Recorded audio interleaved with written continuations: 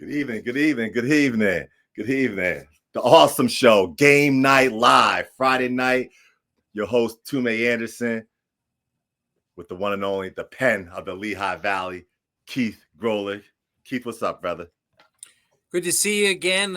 Kind of another weird Friday night. It was home here, just kind of waiting for the big weekend to unfold. I'll be at Allen and Deerfield tomorrow, doubleheader, Hall of Fame day.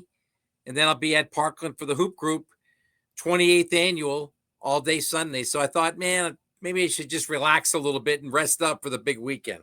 Yeah, Keith, man. I mean, it's not often guys like us get to relax. You know what I'm saying, Keith? We be on the scene, on the move a lot. But Keith, how you said how you feel about my? I mean, this Whitehall stuff. I'm trying to ease into this a little bit more, Keith, and not trying to be so vengeful and so hateful and living in the past as often. So I got my Zephyr gear on today. Shout out to my guy James Middleton, the Whitehall girls coach. I ran to him and he wanted to make sure he took care of his boys. So shout out James Middleton out there. No one's taking care of me, Toom. No one's taking care of me. This is not Awesome Fest, not any school out there. Thank God I still have that shirt. It's over. It's in another part of this room. Thank God I still have the shirt from Rich Williams of Poconos Mountain West. I mean, that's it. That's all I got. Keith, why is it not on, Keith? It's not on. I mean, you've been talking about this shirt for this is the third week now. You've been talking about this shirt. I'll get it over there. I mean, it's a little chilly tonight, and I was outside a little bit, but that's right. It's like 10 feet from me. I keep it close to my heart too. I keep it close to my heart because I still think the Panthers are going to win a championship in the next couple of weeks, maybe two. I still think when it's all said and done, I still think they're the number one team. Now, I'm going to get a lot of pushback on that, especially from my friends at Allentown Central Catholic and maybe your friends at Parkland. But I still think they might be the best team. That 1-2 punch is potent, but we got plenty of time to talk about Adrian Brito and KJ Coles and company. And, of course, the Prince of the Poconos. The Prince. I had a good conversation with him yesterday. They named. I remember that you knew Brad Pencil quite a bit, and sure. Great coach. You can't do any better than he did. I think 28 seasons at Poconos Mountain, and then of course Poconos Mountain West. He never missed districts. So them naming that gym up there, that beautiful big gym at Poconos Summit in his honor. I wrote about it today. Well deserved. I wish I had known about it, but they want to keep it a surprise. I did cover a good game last Saturday, but had I known they were going to name the gym after Coach Pencil, I might have taken the trip up there instead of going to see Notre Dame and Saucon Valley. I mean, Notre Dame Bangor. It was a good game, but I would have liked to see Coach Pencil because he now lives down in Virginia. Oh, wow.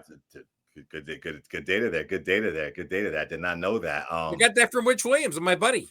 The Prince of the Poconos, the Prince of the Poconos.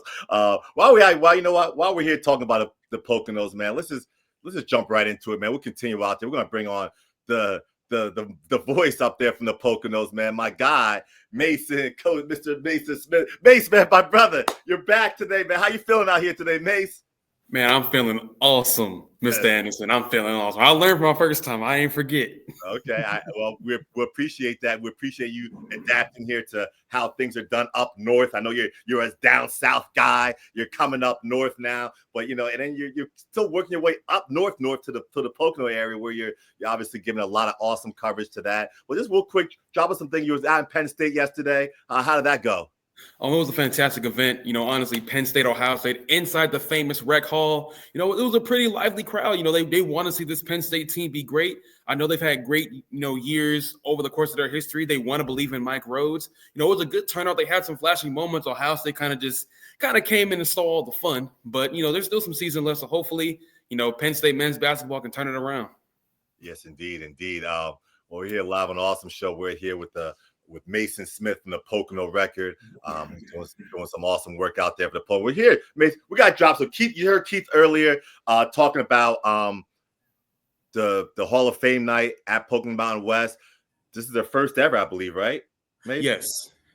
Yes. The first ever edition, first ever induction into the Hall of Fame for our friends up north, and they inducted one of the greats, man, for my era for sure. I played against his son, Coach Brad Pencil. Just tell us a little bit about that event. Well, it was funny because the AD Mike Del Grosso reached out to me saying, "Hey Mason, I know you were for the Pocono record. Is there a chance that you have some photos of our first Hall of Fame class, to help induct, in honor these people?" And I said, "Sure, I'll look around. Obviously, Pocono record has, been through some changes over the years, but I was able to find a lot of good photos from the athletes that came through there." And going to the event, it was so beautiful. Like in between the girls' game and the boys' game, they had a formal induction. Thankfully, it wasn't too long because they had all the inductees do 3-minute pre-recorded speeches. They gave everybody a plaque. And for those who kind of remember, the late, great John Mango, who was a great two-sport athlete, football, basketball, they let his father stand in his place as his honoree, which is a really good, touching moment. And then, obviously, the surprise to everybody, was surprised to me too, Keith, that in halftime of the boys' game or during the boys' game, the legendary Pocono Mountain West coach, the first coach in program history, Brad Pencil, was honored as they named the gym in his honor. So now for going forward, it will be known as Brad Pencil Gymnasium at Pocono Mountain West High School. Wow. That's awesome, man. Absolutely awesome. Coach Pencil, can you jump in on that, man? Coach Pencil, just tell us about me. He's I know he won a 6A title with some Tyrell Dixon, Quindell Bryce, some of those guys. Just tell us about some of your memories with Coach Pencil. Well, what Rich Williams told me yesterday, and I kind of knew this, and I wasn't going to really get into it with Rich unless he felt comfortable bringing it up. But Rich, when he was a sophomore, this was the original Pocono Mountain before there was an East and a West, the one that was over at Swiftwater, that school, which is still in existence, but now it's East and now it's West. But he coached over there, and Rich had a lot of issues. He had a lot of family issues, and he said Coach Pencil and his wife Jill basically took him in, and he became ingrained in the Pencil family. He considers Brad's son, Bradley, his brother. He considers Brad's daughter, Natalie, his sister. And it was a really touching story. And I hope people got to read it, because I didn't know this. And, we knew him as a kind of a stern taskmaster type of guy, very disciplined coach. He wanted to do things the right way. Rich revealed a whole different side of Coach Pencil that I wasn't even, I knew some of the stuff, but the way he would take his players in, and he certainly took Rich Williams in and kind of showed him how to treat people. And Rich is forever indebted to him for that. Tough when he was a sophomore when this all went down. Right. And Rich was a point guard. He was a good player. I remember him. He was, on that, we talked about that team that made it to the district championship. It got blown out by Liberty, but that was a good story, and it revealed another side of Brad Pencil that not a lot of people knew. And he's a great coach. I said 28 for 28 District 11 tournaments. Yeah. He won a couple titles. He dominated, I believe, the Mountain Valley Conference when that was in existence. Sure. And remember, there were some good teams up there. East Stroudsburg South was good with Arthur Perryman. You had PV with some great players. Stroudsburg with Sean Thornton in charge, and Kenny Lacey and Rich Baker. They've some good players up there.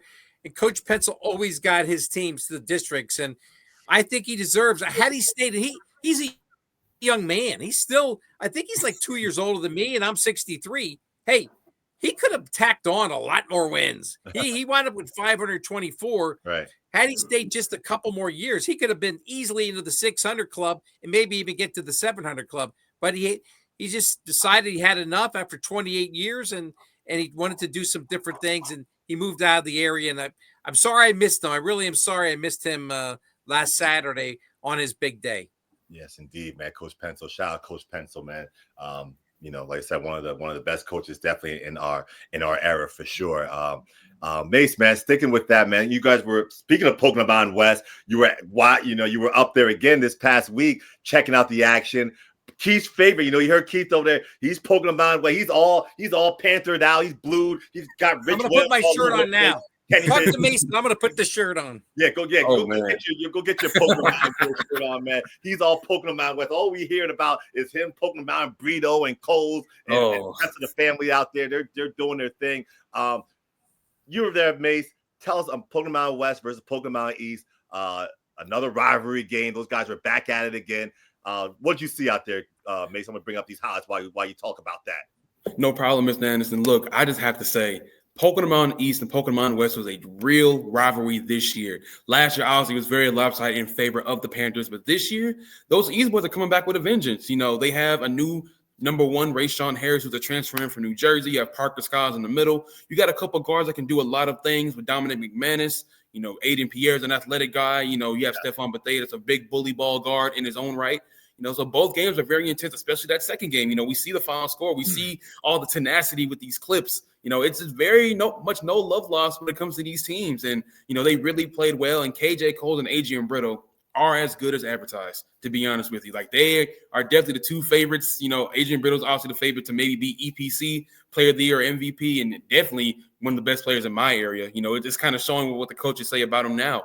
So it's going to be interesting to see what those things look like. But one thing I mentioned before we started recording, like, I think we could potentially see, a part 3 in the district playoffs, or maybe the EPC playoffs, depending on how the brackets shake out. So I'm wondering to see if East maybe can get the last laugh. Like, I don't know. I'm curious. Now, I still probably would maybe lean West. They have the two best players on the floor, but it's definitely far from just a foregone conclusion for me. Right.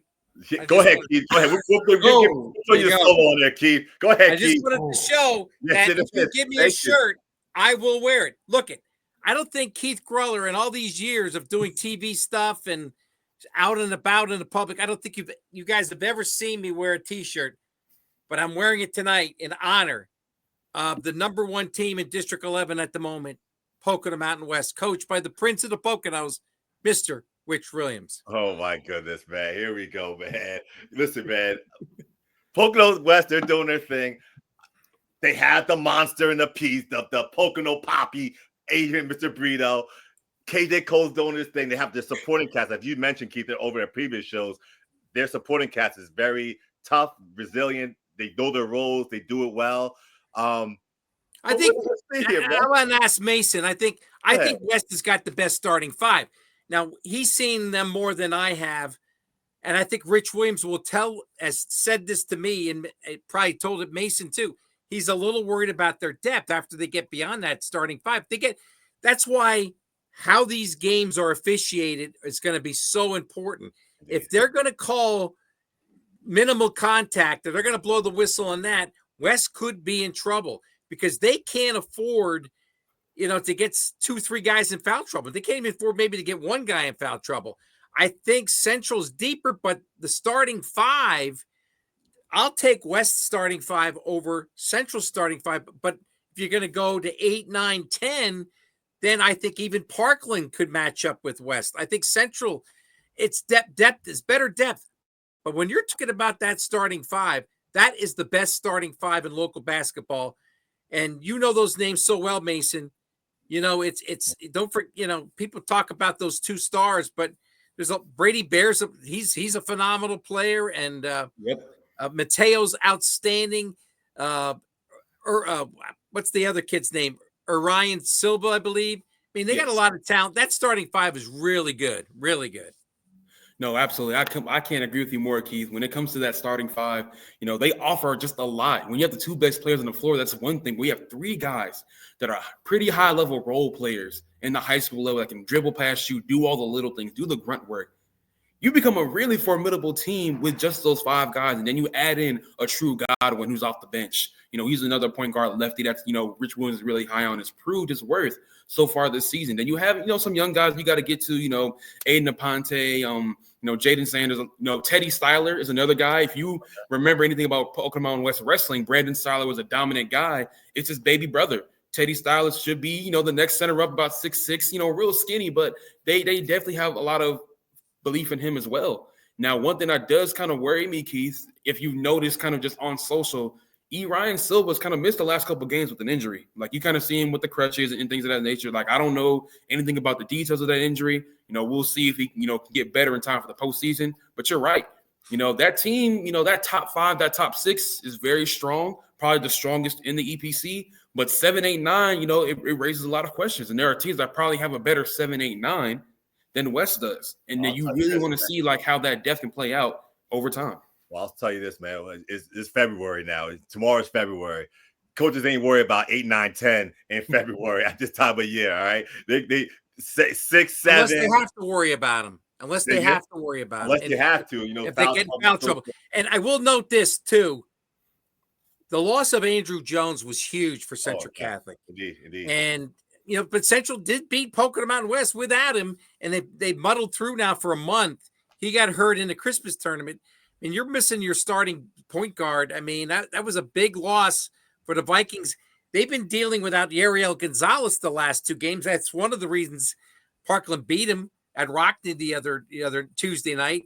They were able to handle Whitehall. Damn it, Keith, man, you're not gonna start with me here today, Keith. That's they're the only one because they were missing. I didn't say that. That's one of the reasons. One of the reasons. Watch yourself, Keith. Now I have something for you. Mr. Awesome. I got a question for you. All right, what's up? Me and Keith talked about this the other day. Let's say Adrian Brito, Jerome Vigo, EPC Player of the Year. Who is your vote? Wow. I mean, they're both playing very well, man. They're both playing very well. It is really close, man. I mean, but you gotta look at what Jarrell Vigo is doing right now. Vigo is on a tear. He is on a tear. 40, 30, 25.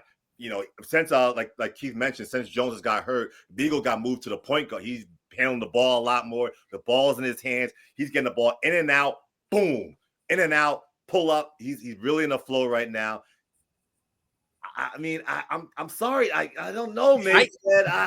Let me just say this. Go ahead, Keith. Of all the games that are coming up and we're excited about them, I think the place I'd like to be is in that room when they do this voting, because that's going to be very, very interesting. I think, unfortunately for Brito, I think the fact that Coles is probably in the top 5, maybe even the top 3 when it comes to players in the area, I think that's going to hurt Brito. I think it's going to hurt him. I also think the competition, and I don't want to stir up the troops here. I don't want to stir them up. That division is weak.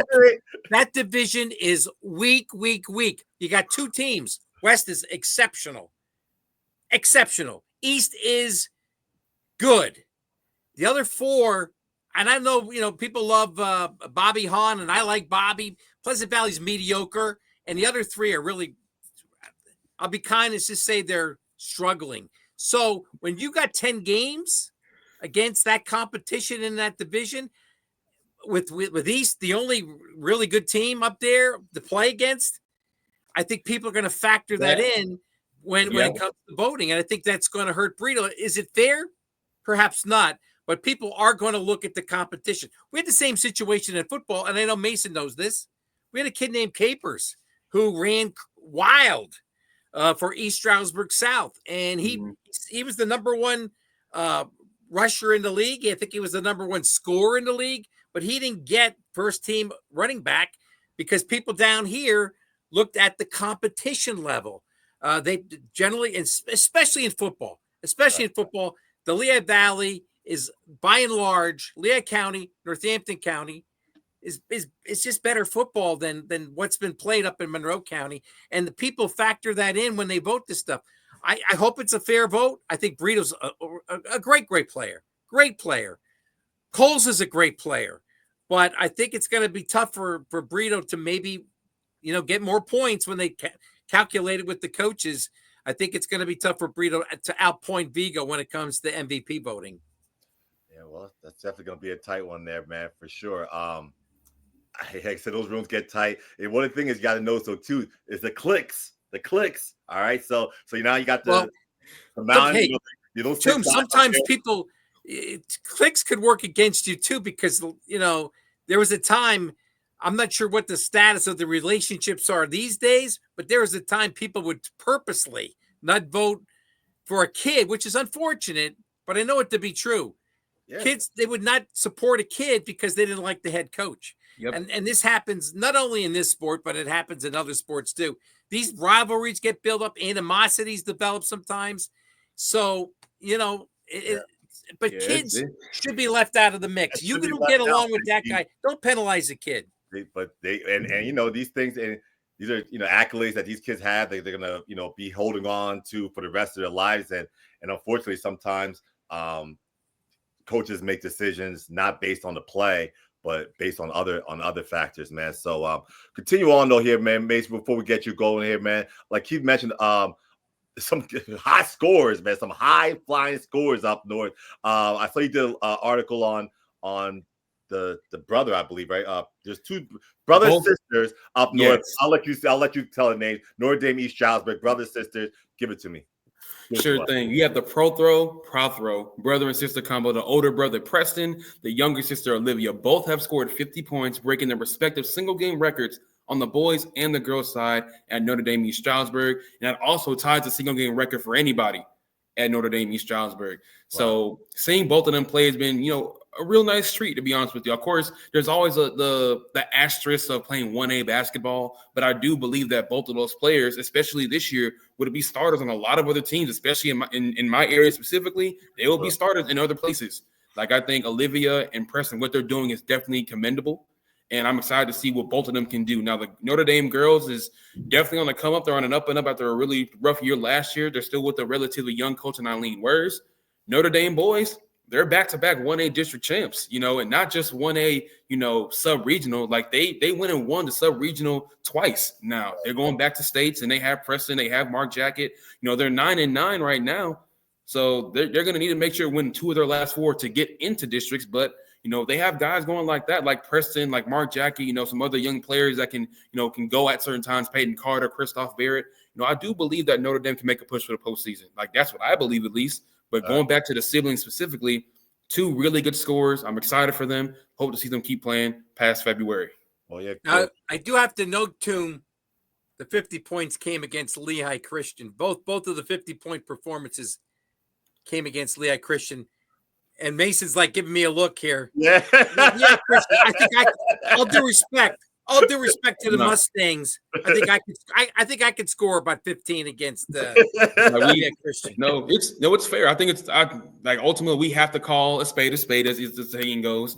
Like, there are different levels of competition when it comes to, you know, who you play on a night in, night out basis, which is why in my area specifically, you had a kid last year named Xavier Spears, was a really, you know, top-notch scorer, best player on the district championship team that sometimes got overlooked for other players that, you know, maybe didn't have the numbers, but they were doing it against EPC competition, 5A, 6A competition on a night in, night out basis. So while there is a respect factor, we want to make sure we trying to treat each players, you know, and commend their skills. There is something to say about how do they do against, you know, high level competition, which is true. You just can't avoid that conversation.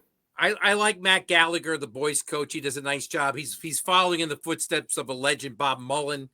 And he played for Bob Mullen. He's continuing that Spartan tradition. And, you know, that single A, you know, we always tend to focus on the 4A, the 5A, the 6A.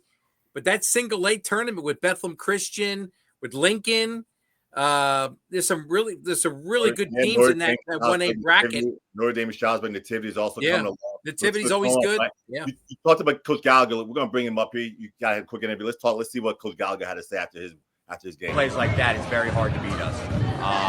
And I mean, when it comes to Preston, I mean, he just does everything. And, you know, he's just a great kid. And, you know, he's just doing a lot of great stuff for us. So, you know, we got back to 500 right now at 9-9. We got 4 left. Got to qualify, right? Yeah, so we got 4 left. We got Caddy on Friday, which is going to be a tough one. Wilson the next day, so we got it back-to-back. And then we got Moravian Academy on Monday, so we got 3 games in 4 days. And then we finished out with East Stroudsburg South. So we're right there. You know, we control our own destiny, so it's just dialing in. I was there the night you won the district last year up at Pleasant Valley, right? Yeah. And how many of those guys you have back? 1. Just 1, and that's who? Stroudsburg.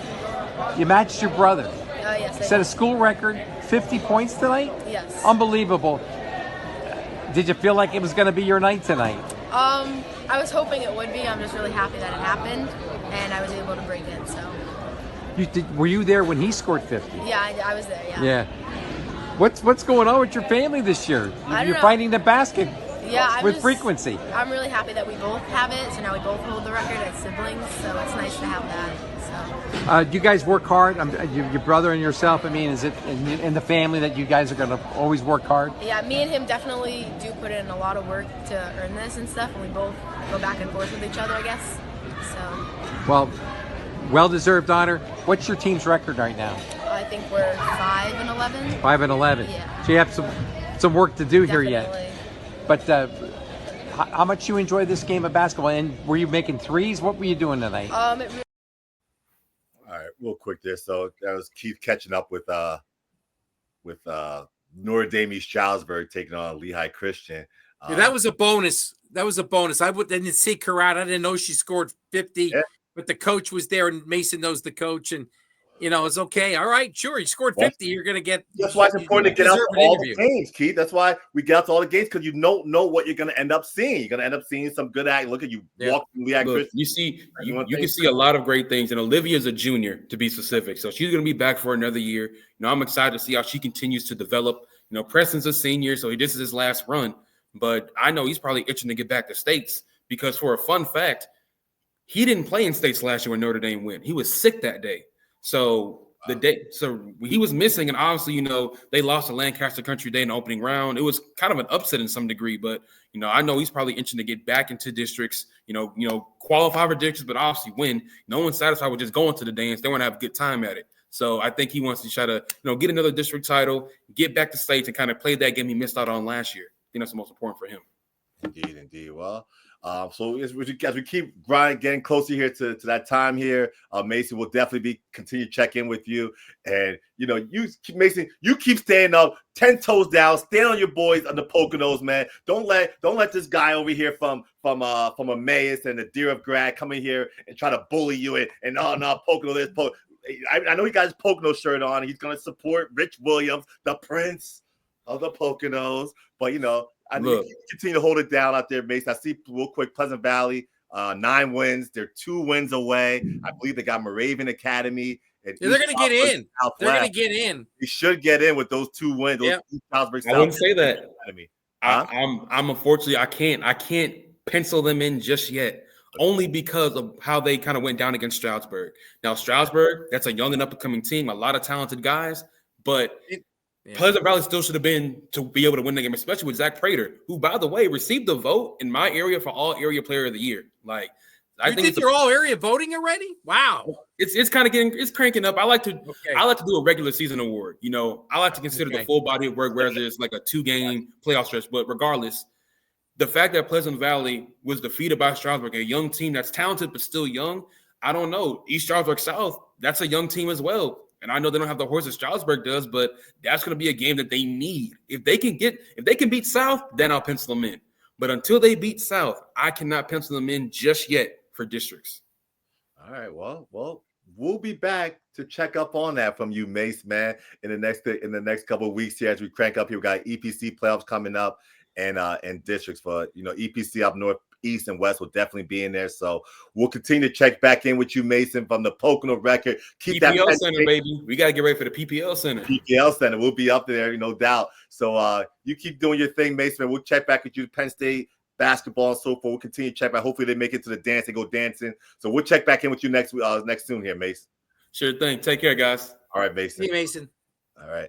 That's Mason Smith over there from the look record.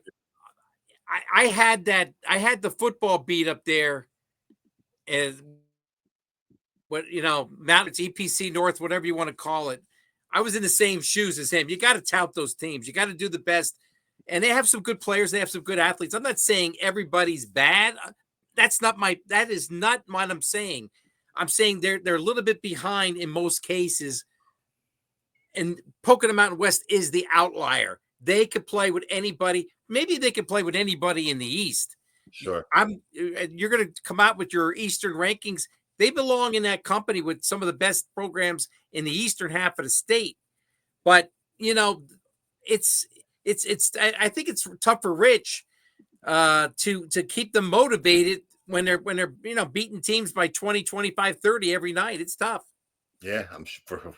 Definitely tough indeed, man. So we'll quick a couple of scores here. We'll talk about here, Keith. In the EPC, in the Colonial League, some Colonial League scores. There was one good one tonight. Who was that? Saucon Valley by a point over Southern Lehigh. Wow. Yeah. Yeah. I see that. Yeah. So, yeah. In overtime. 55-54. Adam Clark at 14. Caleb Grimm at 12. The Panthers, I'm still on Notre Dame and Northwestern, but watch out for Saucon. They're coming on, and it's that genius of Kenny Termini. Don't count him out, man. He's coming. He's coming. Is there? I think he's the secret weapon. Their bigger fella that they had out. I think he's back now, right? He's back. I think Caleb was he had an appendicitis. That's nuts. I dealt with it already. That's a serious business. He's really solidified that group, and they're on a winning streak right now. They're playing really good basketball. Very well, as we talked about. Let's see, Notre Dame with an easy victory over Penn Argyl. Caddy, who qualified for districts, they beat Notre Dame East Stroudsburg 72. That's gonna hurt. That's gonna hurt Matt Gallagher and company. They kind of needed that one. They do. They are. I think they need 2 wins as well to qualify for districts. Let me see what they're at. Notre Dame East Stroudsburg. They have they're 9-10 right now. They're 9-10, so they need 2 more wins to qualify. Upper left on their schedule, they have Wilson, Moravian Academy, East Stroudsburg South. So it's going to be very tough going to be coming down to the wire out there for Notre Dame East Stroudsburg. But we just said here we're live on the Awesome Show here, Mr. Awesome Toomey Anderson. We have Keith Groller as well, checking in here. So just want to keep moving on here, Keith. Man, we got some action coming on here. We got some big action coming up here this weekend as well, Keith. Big weekend. Big weekend action, big weekend of action going on. We got the hoop group coming on here, coming up for sure. So I wanted to check in here real quick here with our guy, man. We got Steve Keller. Steven Keller's in the building here from the hoop group. Steven, my guy, Steven Keller, the guy that want to know is Steven, man. How you feeling out here today, Steven? How you doing today, Steven? Well, we can't hear you, bro. We can't hear you. We cannot hear you. He needs to unmute himself.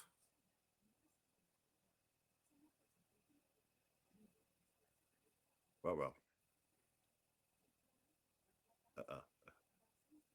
Let me try to mute you. I'll try to unmute you now and see if I got you now. Say anything now, Steve? You hear anything?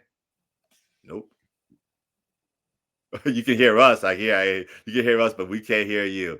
I don't know. Maybe come out and try it again. Maybe I'm gonna kick you out. And then you try to restart in. All right, well, hopefully Mr. Steve will get his stuff situated out there, man, Steve. Well, we got to keep this show rolling here, Kagger. We got, like I said, a lot of guests out here to talk to today, so I want to keep things rolling here. I think I got Coach Medina's in the building. Coach Medina, you out there? Oh, there he is. Your guy, Coach Medina's in the house today. Coach, what's going on, Coach, man? How you feeling out here today, Coach? All is well. Can you hear me? Oh, Coach, yep. Man, Tell me, every guy tell you the same thing over and over, Coach. When you are on the Awesome Show, you're not telling me you're feeling well, you're doing this. You're only one feeling here on the Awesome Show, Coach. Yeah. I should be feeling awesome. There you go. Awesome. You're right. Got my A-Town throw down behind me here. How's everything going, guys? Great to see you, Coach. Everything is awesome, man. Everything is awesome, man. So, Coach, last time I was on the show, Keith had the St. Louis Rams throwback. Yeah. Okay. Yeah, things didn't go so well in Philly for us. I know that. That was a great game. I'll tell you, it was a great game, back and forth. But I'm glad to say that the Birds are on the way to the Super Bowl, baby. Let's go. Birds are on. Woo-hoo. Wow. Oh. I'm rooting for 2 guys. Yep. And I just got off the phone with Tommy Falzone from Nazareth. I mean, they're excited. So much of the attention, deservedly so, going to Saquon. Yes. And we got another kid playing in that game in 10 days. And that is, of course, Jahan Dotson. And I'm rooting for both of those guys. And they're both, what I like is that they're both basketball alums. Both of them played basketball. Yes. Right. People forget Jahan was a 1,000-point scorer at Nazareth. And Saquon wasn't a scorer, but, man, could he rebound and defend for Jeff Jones at Whitehall. So I'm rooting for those guys, obviously. So for all you athletes watching that, multi-sports, I'll tell you, man, multi-sports, be an athlete. But Keith, you said it right on the head, man. Great. Our Super Bowl, we got great representatives this year from the Lehigh Valley. Indeed, man. Well, let's stick in here, get back into the Lehigh Valley, man, Coach Jose, man. The the ladies action. Some things are starting to separate themselves a little bit. Things are starting to separate themselves. So last night, let's just jump right into last night's action. I think Amaze beat Parkland. This time, I think that's the second time now Amaze beat Parkland. They went out to finish the regular season undefeated in the EPC. Tell us a little bit about Amaze there, Coach. Man, I saw that they were down at halftime. So, Coach Mack, the adjustments they made, what a game I saw. I think the final score ended up being 53-49. Yeah. Can only imagine. I saw Kayla Snyder. She had a big game. She was the player of the game. But what a performance. I'll tell you got to give Emmaus their due to go 16-0, 15-0, wherever they are right now. I know they're undefeated in the conference. Coach Mack, who we had last time on the show, he has them playing at a high level. And, credit to him and that program. They are they're I would say they're the team to beat. Without question. I mean, were you ever 16-0 in the league, Coach Jose? Did you ever go 16-0 in the league? I'll tell you, I give it to my girls. Our girls made me look good a couple times. It's tough, I'll tell you. But I'll tell you what, man, you get everybody's best shot, and that's all you can ask for. And last night, Parkland, I mean, Coach Eddie Olsen, he does a great job. I know he had his girls, playing at a high level, but it's tough. I tell you, night in, night out in this league, it is tough, and you got to give Emmaus their credit. Indeed. Emmaus definitely has been playing well. I really love the efforts. I know you mentioned Kayla Snyder, Gabby DeVita, man. Gabby DeVita. I know she plays another sport, but I've seen a couple of Emmaus games, and she keeps flashing out on me, man. She's an athlete up and down the court. She hits the shots. I think her nickname is the Bullet. I'll tell you, her nickname is the Bullet, and it really describes her. She is like up and down. What I like about her is just the way that she plays defense, man. She is on the ball. She sets the tone for Coach Mack there. And like you said, Snyder can light it up from the outside. And then they got some big, strong girls inside that do a lot of the dirty work for them. But collectively, they're a tough out, I'll tell you. They're indeed, man. They're undefeated right now, and will be the number 1 seed in the EPC playoffs when that kicks off here. Also, too, I want to talk one more another team I want to bring up here, man. Keith, Jose, man, and these girls, man. I mean, the Red Rovers, Jose, man. They're starting to pick up. I know you saw them play Liberty probably on Tuesday or Monday, or when they played Liberty. It was on Tuesday night. Yes, man. Carew and Amato.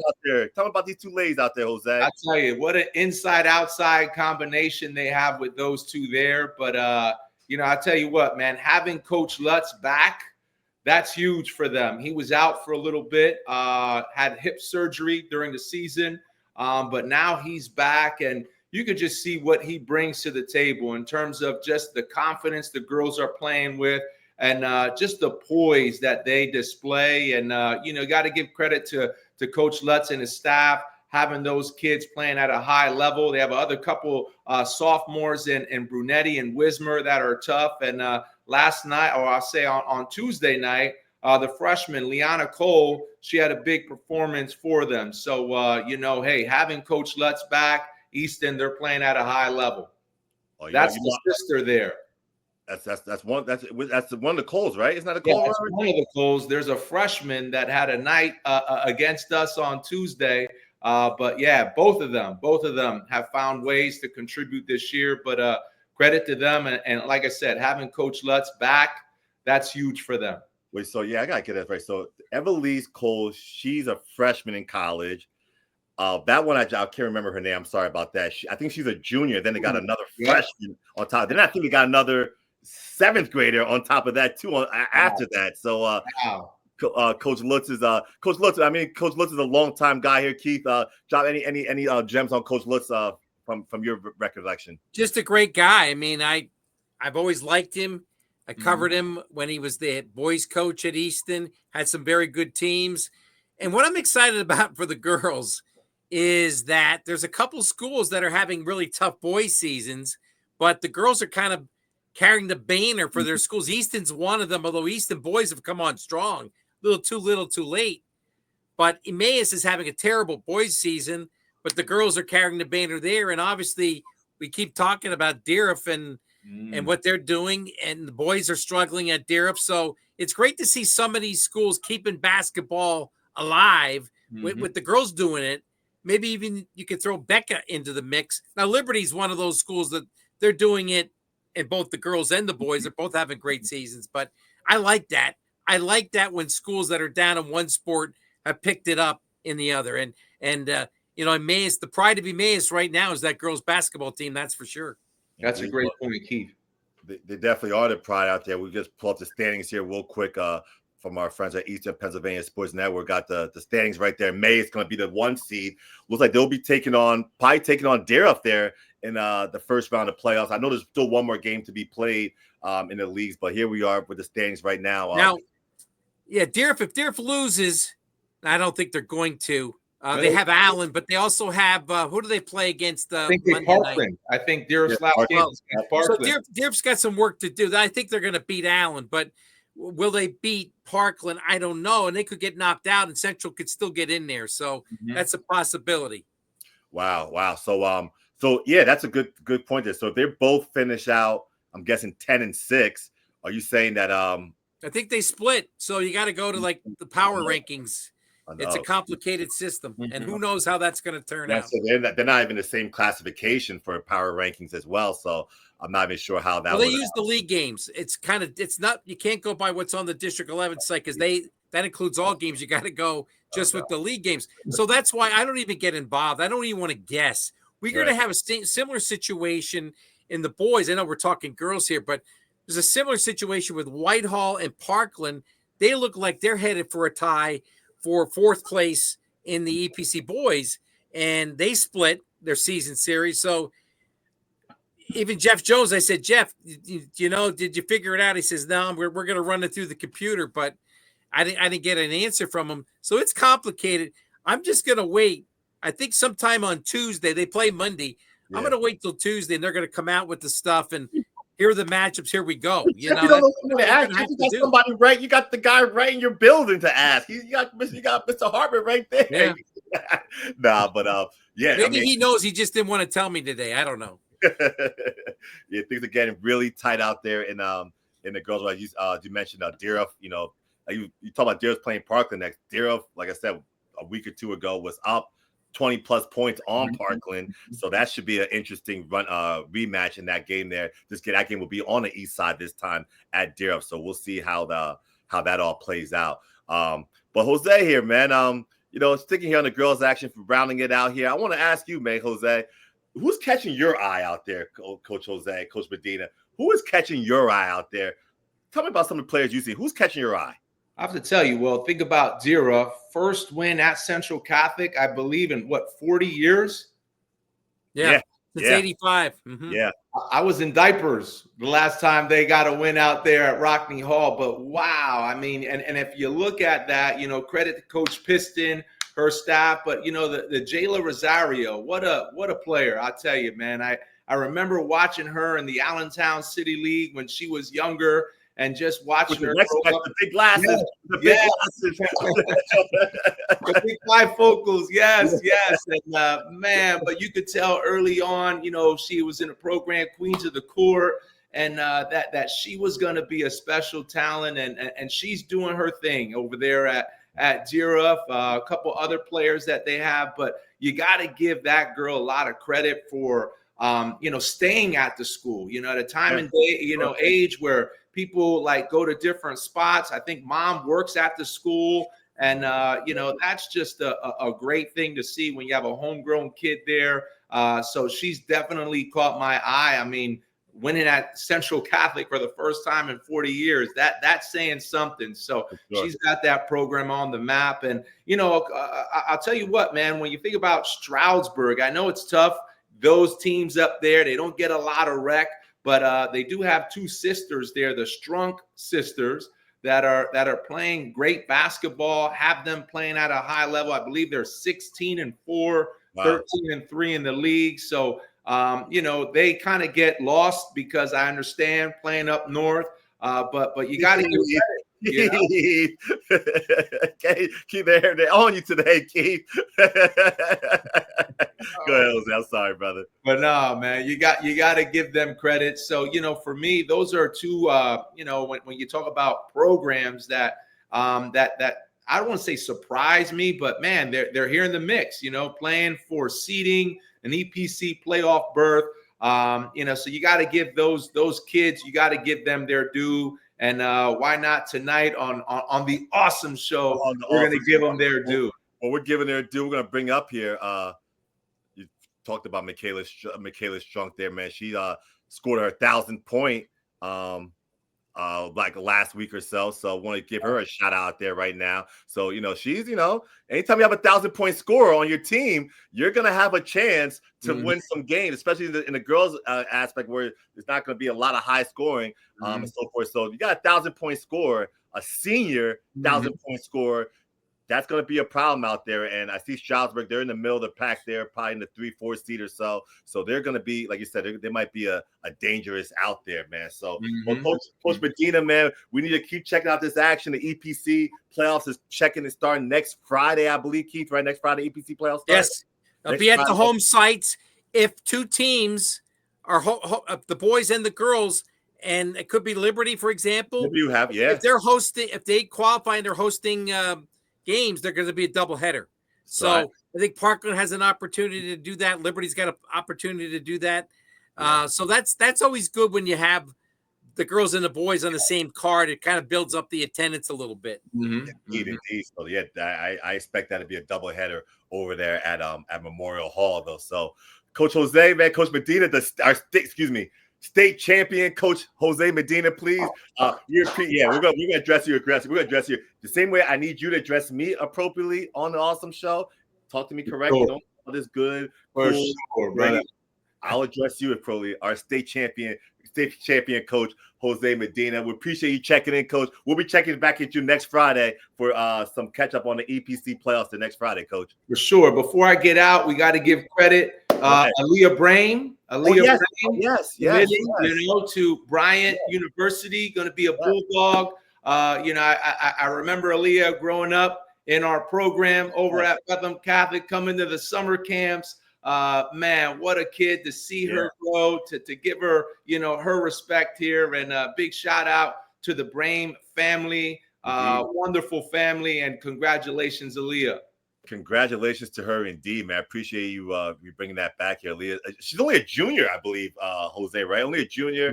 She found her home up in Rhode Island. Bryant University is a really nice school, man. I don't know if like that. Very nice campus up there in Rhode Island, and so yeah, shout out to Aaliyah. I know she's been hurt. I don't know, is she back yet? Jose, you know any? That I don't know, but she was early on. She was tough when we saw her early on. So you know, shout out to her and getting healthy, and hopefully they get her back soon. Indeed. Well, Coach Jose, man, please, while you're out there, you're talking to Coach Carnes, let Coach Carnes know. I see I got my girls' Whitehall gear here. All right. Me and the Kegger, we need some gear. We want to really. I need something. I mean, this is all I got. Thank you, Rich Williams, again. That's all I got. Hold on real quick. Hold on, Coach. Hold on. He said we need some more gear, man. Keith, we need some more gear. Last week, just like Keith did, you know, I do have some gear here. Okay. I got here. We got the Berkeley, right? I'd wear it. But for Keith, I got the right size here, baby.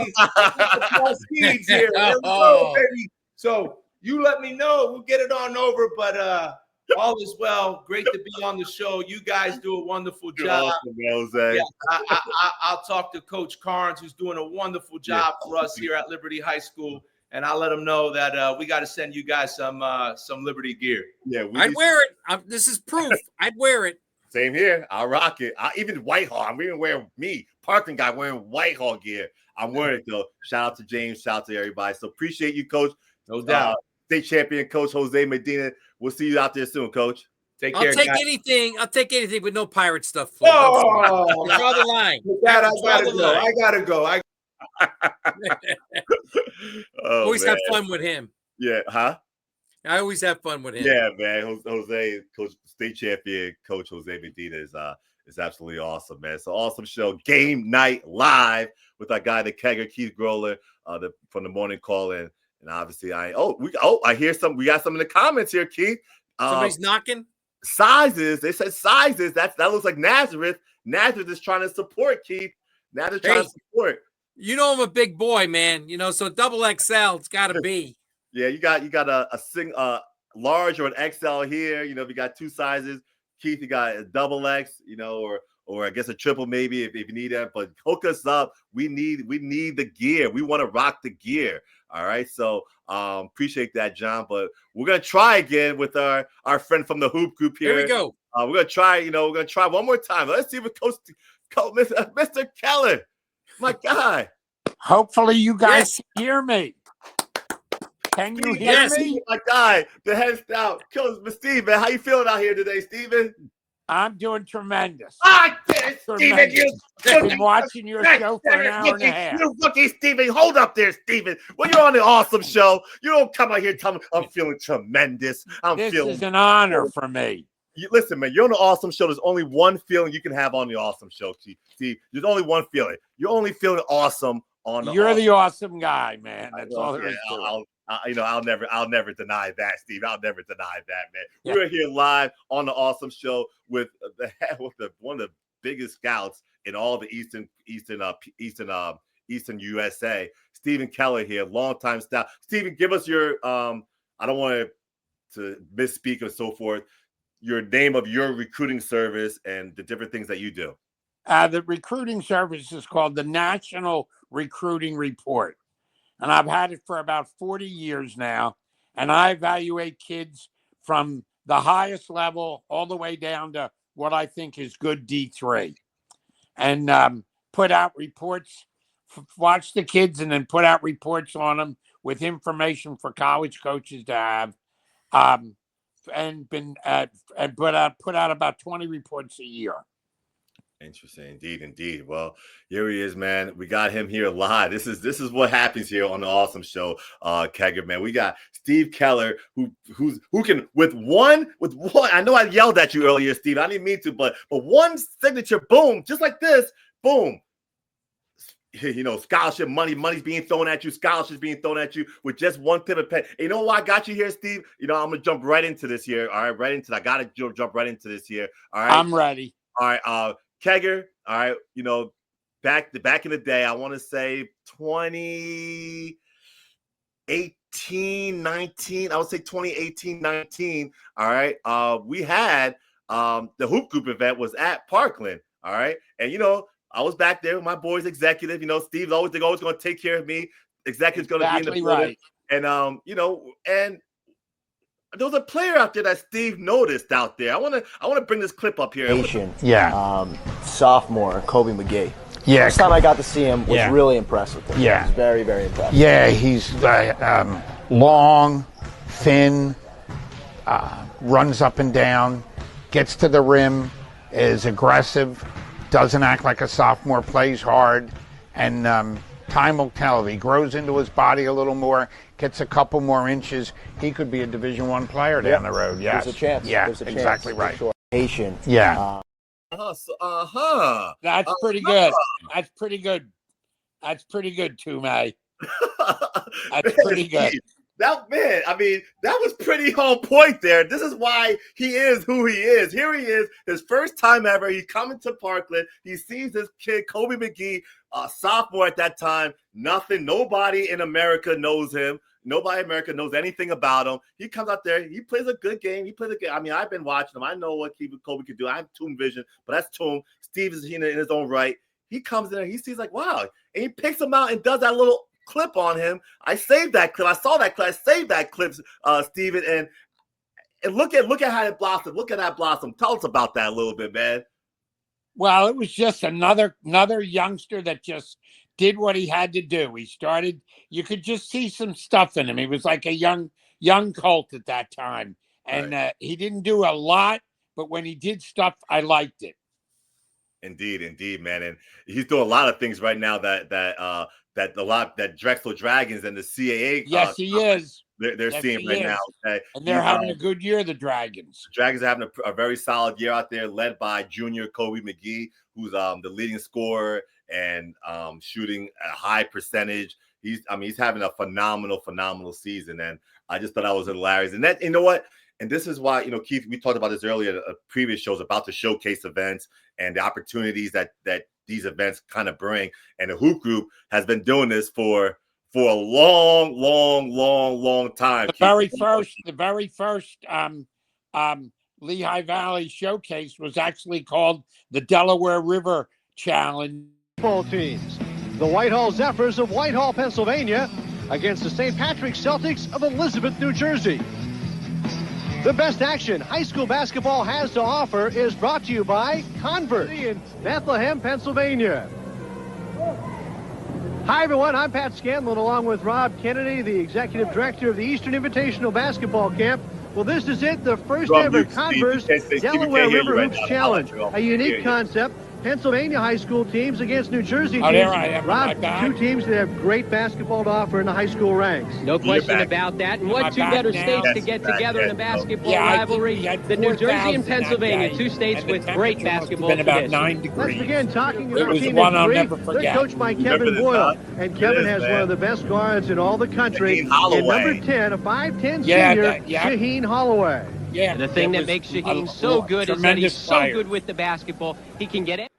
Indeed. So that was the first ever 30 years ago. Yeah, and I was at the it was 96, Steve, and I remembered the press conference that was held over on the south side of Bethlehem when Rob, and I think you were probably there when they announced this, and I didn't know what to make of it. I got to be honest with you. It was a new concept back in 96. I remember that. The one-day showcase thing, and it was a new deal. I mean, we just played our people around here, and you did play non-league schedules, but we never had a 4 or 5 day, a 5-game card like that. It was a Sunday at Stable Arena. I'll never forget it. And it was a lot of hype, and it delivered. And this is the 28th now. It should be the 30th, Steve. But remember, we lost one of the years to COVID. And then we also lost one to a snowstorm. So it's actually the 28th running of the event. It should be number 30 because it began in 1996. But it's been a big deal. I start getting calls and emails and texts. Hey, do you know the Hoop Group's good? That's why I had to reach out to him again. I said, Steve, you got to give me this because people are driving me nuts. They're asking me who's in the Hoop Group. And I think you got another great card lined up for Sunday afternoon at Parkland. Yeah, there's the flyer right there. There it is. Yeah. We open up with the Hill School playing Perkiomen, and both teams are having tremendous years. The Hill Schools lost like one in their last 15 games, and they got a kid, a 6'6" junior, Ethan Johnston, who's getting the hot. Villanova's offered, and he's getting the high major looks. And they got this 5'9" on a good day. Jacob Meekum, point guard, going to Bucknell, and he is something to watch, I'll tell you. And Perkiomen's got a couple kids already committed D1, and they've got one 7-footer that's still out there that people are starting to really look at. Yeah. So that opener's at 12:30 is going to be pretty good. And then the next game is the game that I think could be one for the ages. We have Blair, who's probably the best team in the whole area, including the prep schools, against the Patrick School, who used to come when they were St. Pat's, and now they're coming back as the Patrick School. And both teams have, Blair has another one of these kids that one day may be in the pros. They got a 6'2" junior by the name of Duran Rippey. He's a point guard. He recently got offered by Alabama, and he's just got tons of interest all over the country, and he's only a junior. And the Patrick Schools got a kid, Brandon Lee, going to Illinois, but they have this 6'9" kid named Dangat, and he talk about him, Steve, man. Talk about him because I was watching him a little bit at the event with AJ DeByster when he was out there, and this kid is popping out the screen, man. He is. I mean, he had a phenomenal game. What level? Who is this guy? Yeah, and I said, and his name's actually Qual Dang. So let me get that right. He's got the three things that I look at. He's got mobility, lift, and length. And when you're 6'9" and you start to grow into your body with that stuff, it's not what he'll do this Sunday that counts, though he'll do a lot, but it's what he's going to do on a Sunday in about 3 years that's really going to make somebody happy. And so that game's the star-studded one. And then, of course, then we got Parkland playing Hudson Catholic, and Parkland's young this year, but those two sophomore guards that I'm sure you guys are well aware of. Hold up. What'd you just say? What'd you just say there, Stephen? You said those two sophomore guards. No, you said Parkland is what? Parkland's young. Oh, okay. All right. You better. All right. You got to make sure you watch your tone out here when you talk about my Trojans out here. I will. Parkland is down or something. But we like those. Make sure I check you out there. Go ahead. We like those 2-point sophomore guards, right? They do. Yes, we do. Yeah, but I'm afraid that I might have threw him in the deep end, bringing over Hudson Catholic from Jersey City. Hey, Toom, I hate to tell you, and Steve could verify this. Parkland's lost 5 in a row in the hoop group, including last year when who beat them? Who beat them? That's right. Yes. Yes. In this exciting game, man. It was a great game. That was a great game. That was a great game. What was the kid's name? I always bring in tough teams for Parkland. Yeah, you do, and they love it. They want to play good competition. They haven't won. I believe it's been a couple years since they won in this I know, event. Yeah. Well, you know what? While you talk about that, man, you talked about Steve, I know I'm Allentown, I'm PA, but I get out to Jersey too. I was out there, Jersey. I was out in Jersey on New Year's Day for my man Jimmy Salmon's the New Jingle Bell jump off. Phil Salmon's always has a name. He's great with the names. He has a great name for everything. So I was out there, and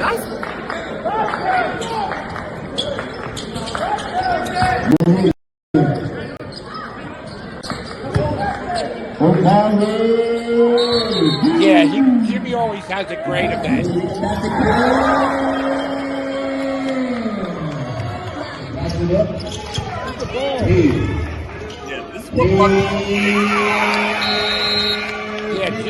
Jimmy always has a good event to start the year.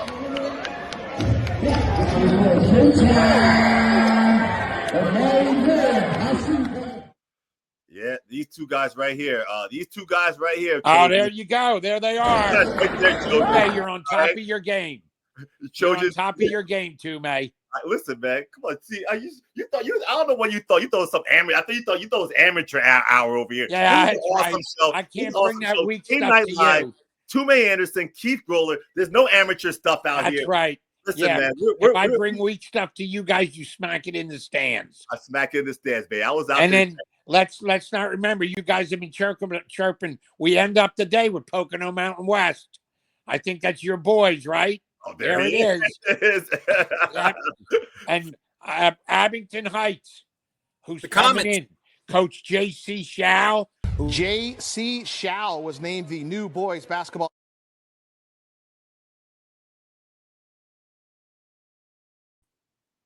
Please, my guy.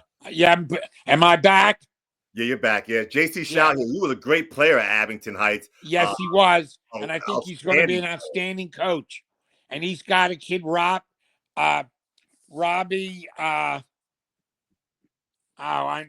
J.C. Shao was named the new boys basketball. Robbie Lucas. Okay.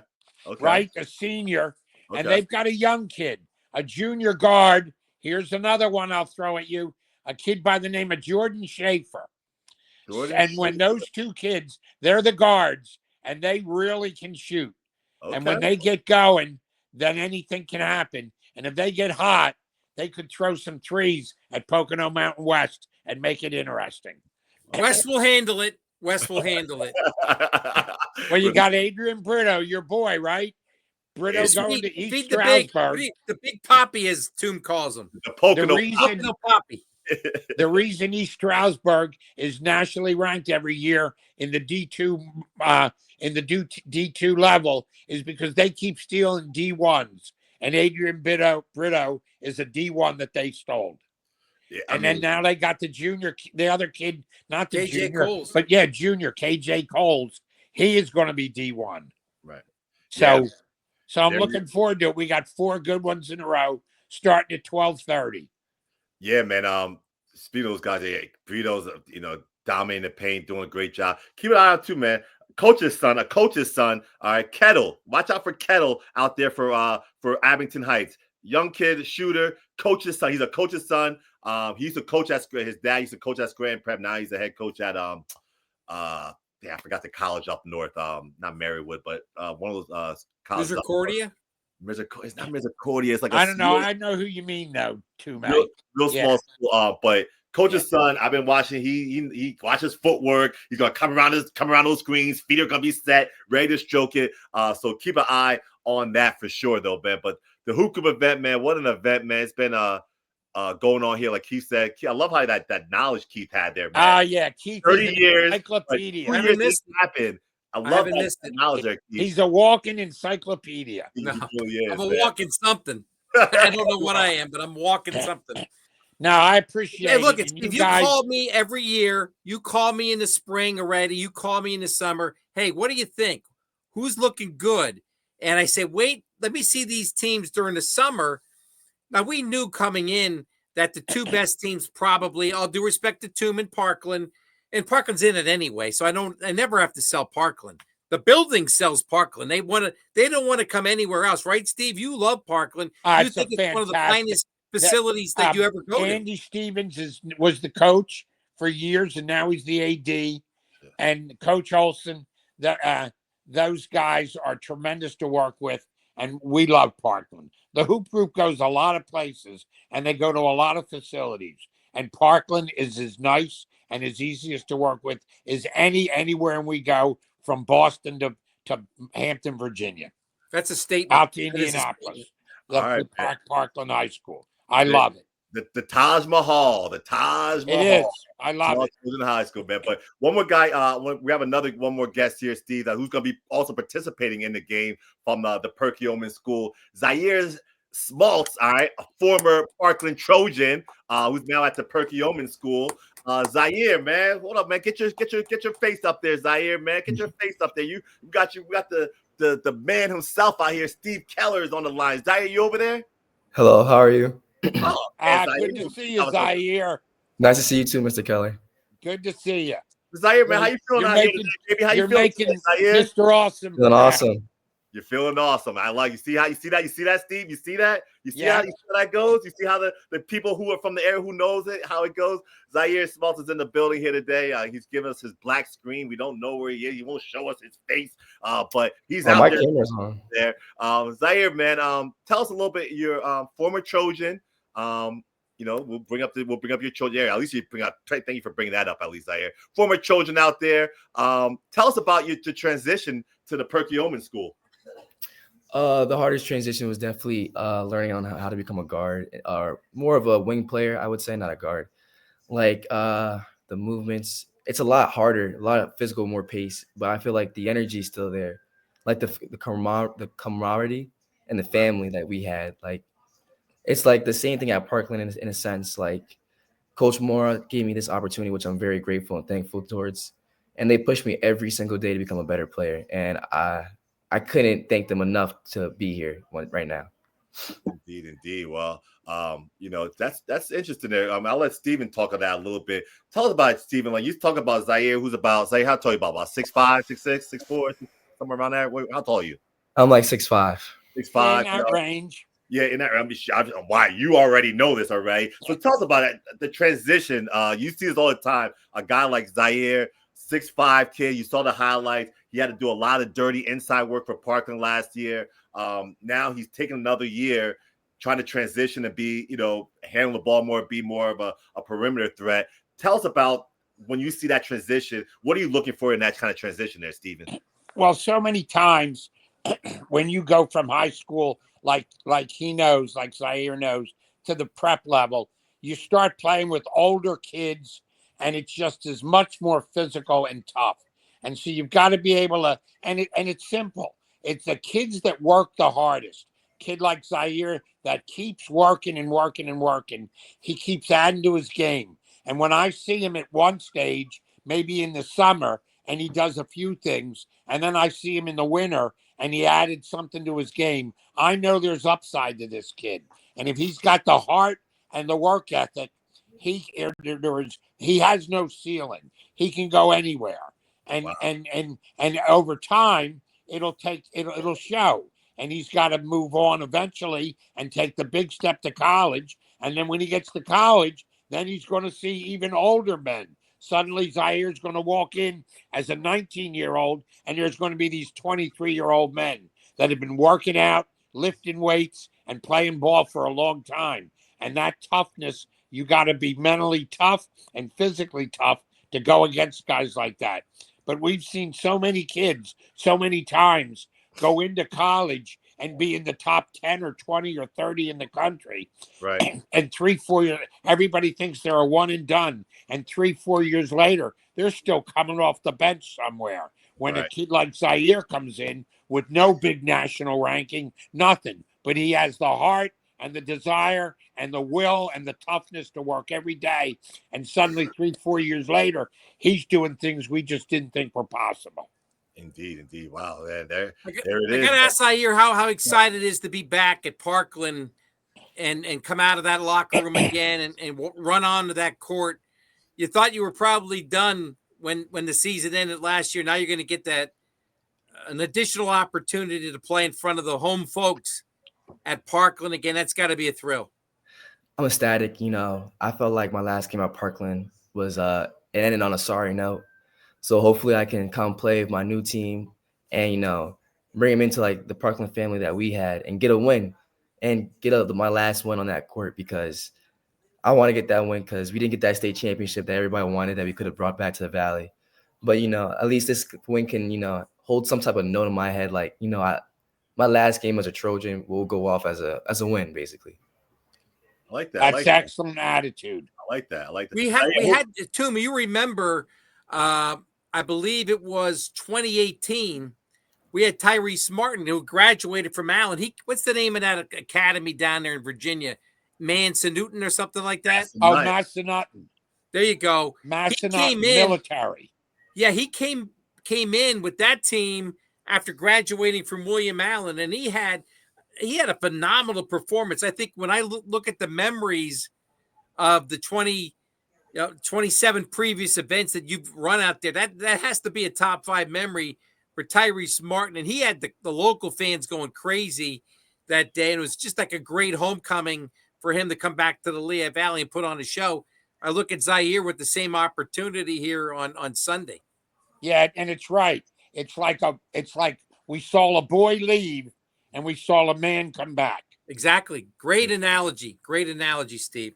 Indeed. Well, I mean, while you got to talk about it, I got to. Yeah.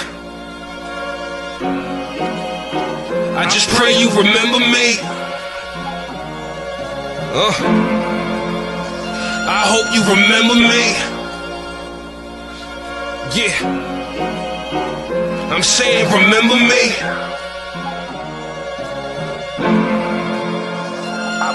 Remember me.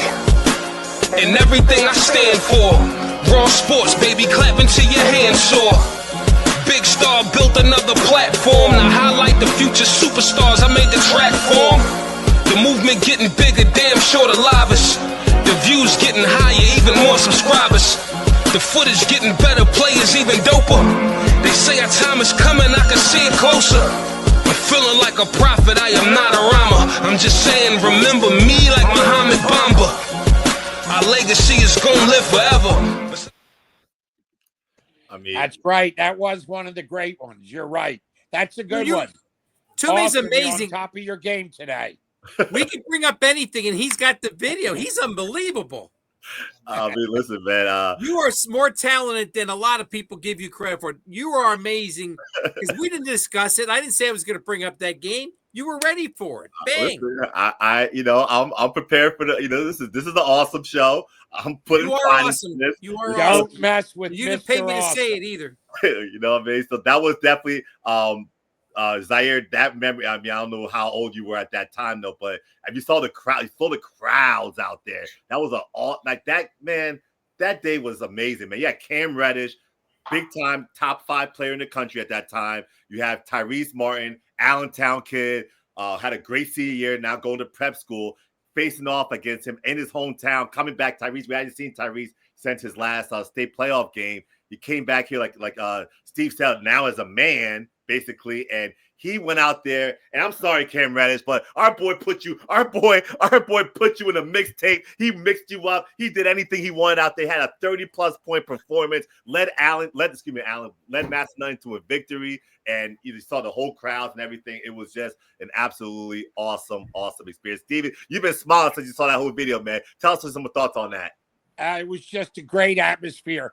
That's why it's games like that.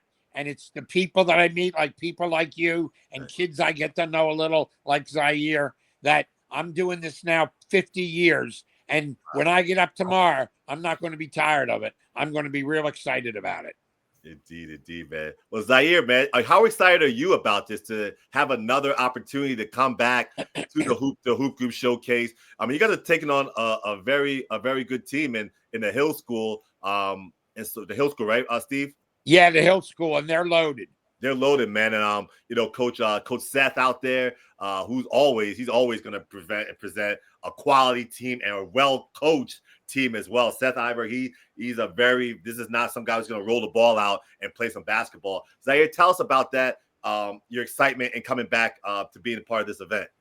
I'm ecstatic. So, like, being part of this event this is probably my 3rd year, because I started when I was a junior when we first played Archbishop Wood, and last year when we played Executive. So, and I haven't won this event. 0-2. I haven't won this event yet, but I'm looking forward to get a win, because I know with me and our guys, we're going to win. We're all hyped up and we're all excited to be there. But the most part of my excitement is coming from, like, the kids. Like, some of the Parkland kids are going to be there, and it's like, those are like my little brothers in a sense. Like, I didn't get to teach them everything I could have, because I only had them for like 2 years. But, like, I hope they can learn from my experience and take some notes and get better as a basketball player. And not only as that, as a man, because in life, not everything's going to be handed, and you got to work towards everything you want to achieve. So watching me play, I hope, like, they learn something like that, and they take, notes for anything they do in life, not just basketball. Wow, man. Jeez. I mean, you went to Perkiomen and got a little, they sprinkled a little bit of some education on you, like speaking all proper, and you all got this whole maturity. That's what I was looking for, maturity. There's been a little maturity on Zaire out there. You know what I'm saying? I love it though, Zaire, man. But Zaire, man, it's been awesome to have you back here, man. Getting to catch back up with you and wherever you are. Zaire, you've been at a lot of Parkland games. You're still part of the family. I see you on a lot of games. He's in the mix, man. I always want to come support. Like, I watched the Central game because, I have friends on both teams. Like, I felt like playing the game, you develop friendship with some kids you would consider your enemies. Like, some of my best friends were on Amaze's basketball team, like Demetri Karras, who I still talk to this day and go watch his games as well. So I feel like, coming to support is the best way I can. Like, I can't play anymore. I wish I could. I wish I could get another year, but I really can't. So coming to support my guys, like, in any other way I can. Just like how Sam always comes back time to time. Yeah. So, I don't think I'm in that Sam role yet, because, Sam played at Northwestern American. Now he's overseas. I hope to achieve that one day and be as good or even greater than he was, and be as good of a role model as he was. Right there, son. Listen, man, Steve, Sam's obviously an awesome player, one of the greatest to ever come through. But don't get caught up in all that stuff, man. The level of play is not going to define who you are as a player. Yes, of course, there's other sprinkles on that. But listen, man, you can go out there. You're going to go out wherever you go. You're going to make your name out there. We're going to get Mr. Thomas on the phone here earlier. Your friend is right down the street at the sales. You see the year he's having out there and so forth. So don't get all tied up in all that level stuff and so forth. Let Mr. Keller, he's going to do his thing and tell you what levels this guy and that guy is and so forth. You just continue to keep balling, keep playing hard, and wherever you do land is going to be lucky to have you, and you're going to prosper and do awesome things there. And who knows where you're going to go from after that. But I just want to make sure you're on that. You're fully aware of that, man, and don't get so caught up in that stuff. I know you're taking this extra year to develop. You're going to continue to develop as we hear you. We hear the maturity in you already. So all those great things are happening. You just continue to focus and stay an awesome kid. And, you're going to be successful. Ain't no doubt about it. No doubt about it. Yeah, and Zaire, what Toomey's saying is tremendous because there's only two things you can control. And one of them is how you play on the court. And the other one is how well you do in the classroom. And there's a third, and that's how hard you work off the court. And if you do those three things and you don't worry about what number I give you or what somebody else says about you, when it's all said and done, you'll reach your fullest potential. There it is, man. So thank you. We appreciate you, man. Well, Zaire, man, we appreciate you stopping in here again. Awesome with us here today. We're looking forward to seeing you again, Zaire. We're looking forward to seeing you on that because you were dynamite. Parkland does not make it to the state final, does not win 4 state playoff games last year without you stepping up and going against some big-time performers and more than holding your own. You were a key element. Never forget that. You were a key element in one of the great runs we've had in Lehigh Valley basketball, getting to that 6A final. So you can always put that in the bank, too. I know there's great things ahead, but you have nothing to be ashamed of in your past. You were a key man on one of the best teams we've ever had. Indeed. Thank you.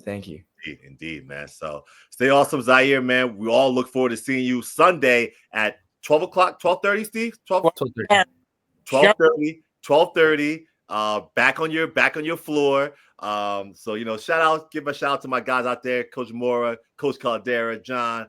Shout out to all those Perkiomen coaches out there. And Zaire, man, we'll be seeing you soon, brother. See you. All right. Yeah, I hope the Parkland folks come out early.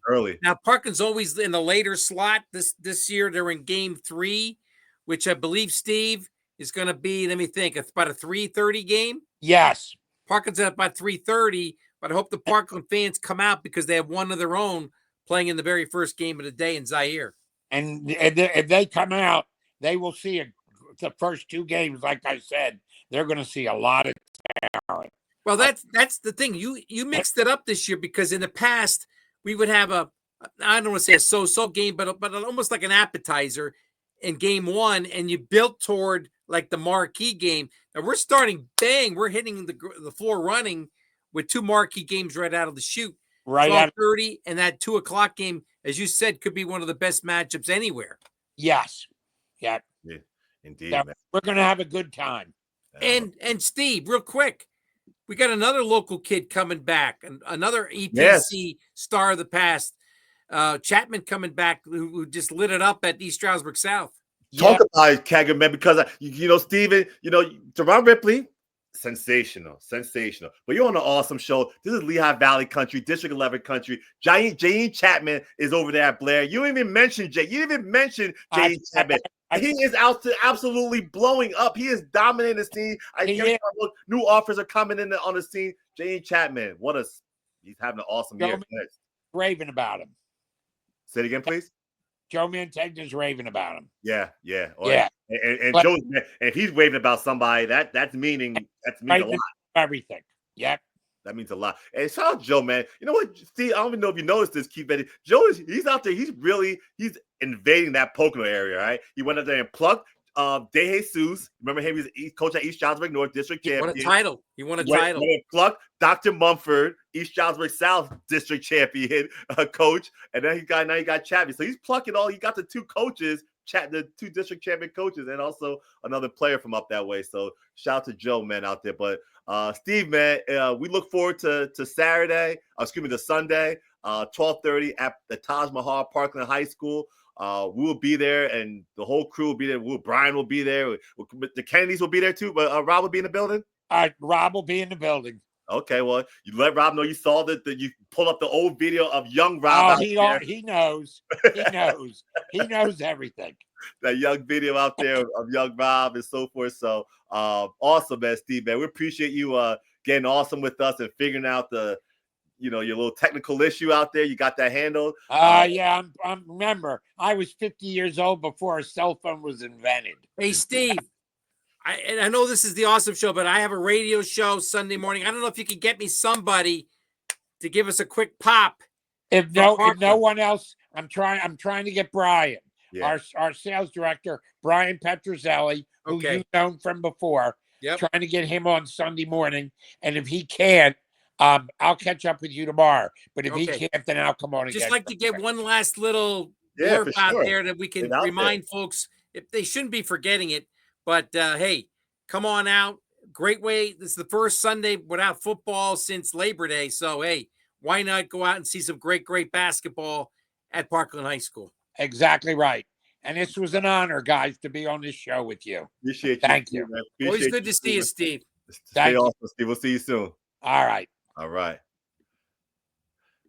Steve Keller from the National Recruiting Report and so forth. Man, Kegger, man, we're rolling through here today, man. We are just rolling. We still got, man, my poor guy, man, my poor Hall of Famer, man. We got I don't know the Hall of Famer. Is he ready yet, man? The Hall of Famer, Gooch, man. We hopefully he's over there somewhere. Are you back there, Gooch? Back there? Oh, he's gonna click in here in a second. Here, we'll get him here as soon as he's ready, though. But wow, Keith, though, man, Hoop Group coming up this Sunday. Obviously, we got through all that. Real quick here, Hall of Fame.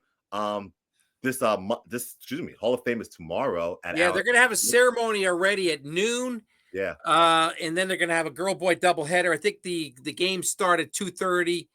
The Red Hot Deer of Husky girls taking on the Chicks. I still call them the Chicks. Back in the day, we called them the Chicks. And at 2:30, tip off for that, and then the boys wrap it up at about 4:00. So looking forward to being out at the Canary Cage. I don't know if Randy T is watching. I didn't put my request in for a seat like I always get. I'm hoping he'll take care of me and I'll have a seat courtside at Seward's Gym, Don Moore Court on Doug Snyder Way. Indeed, man. Yeah, those gotta have Kegger on the court, feet on the wood, right there, covering the games and so forth. Man, there's another Allen Deer rivalry game, Toom, you could talk about different memories of the Hoop Group, and I'll never forget it. You were there, and you mentioned Kobe McGee.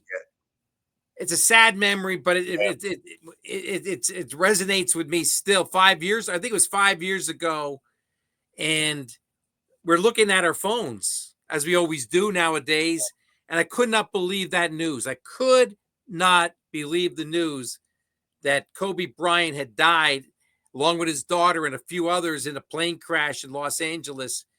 And it was right after my father had died about a month earlier.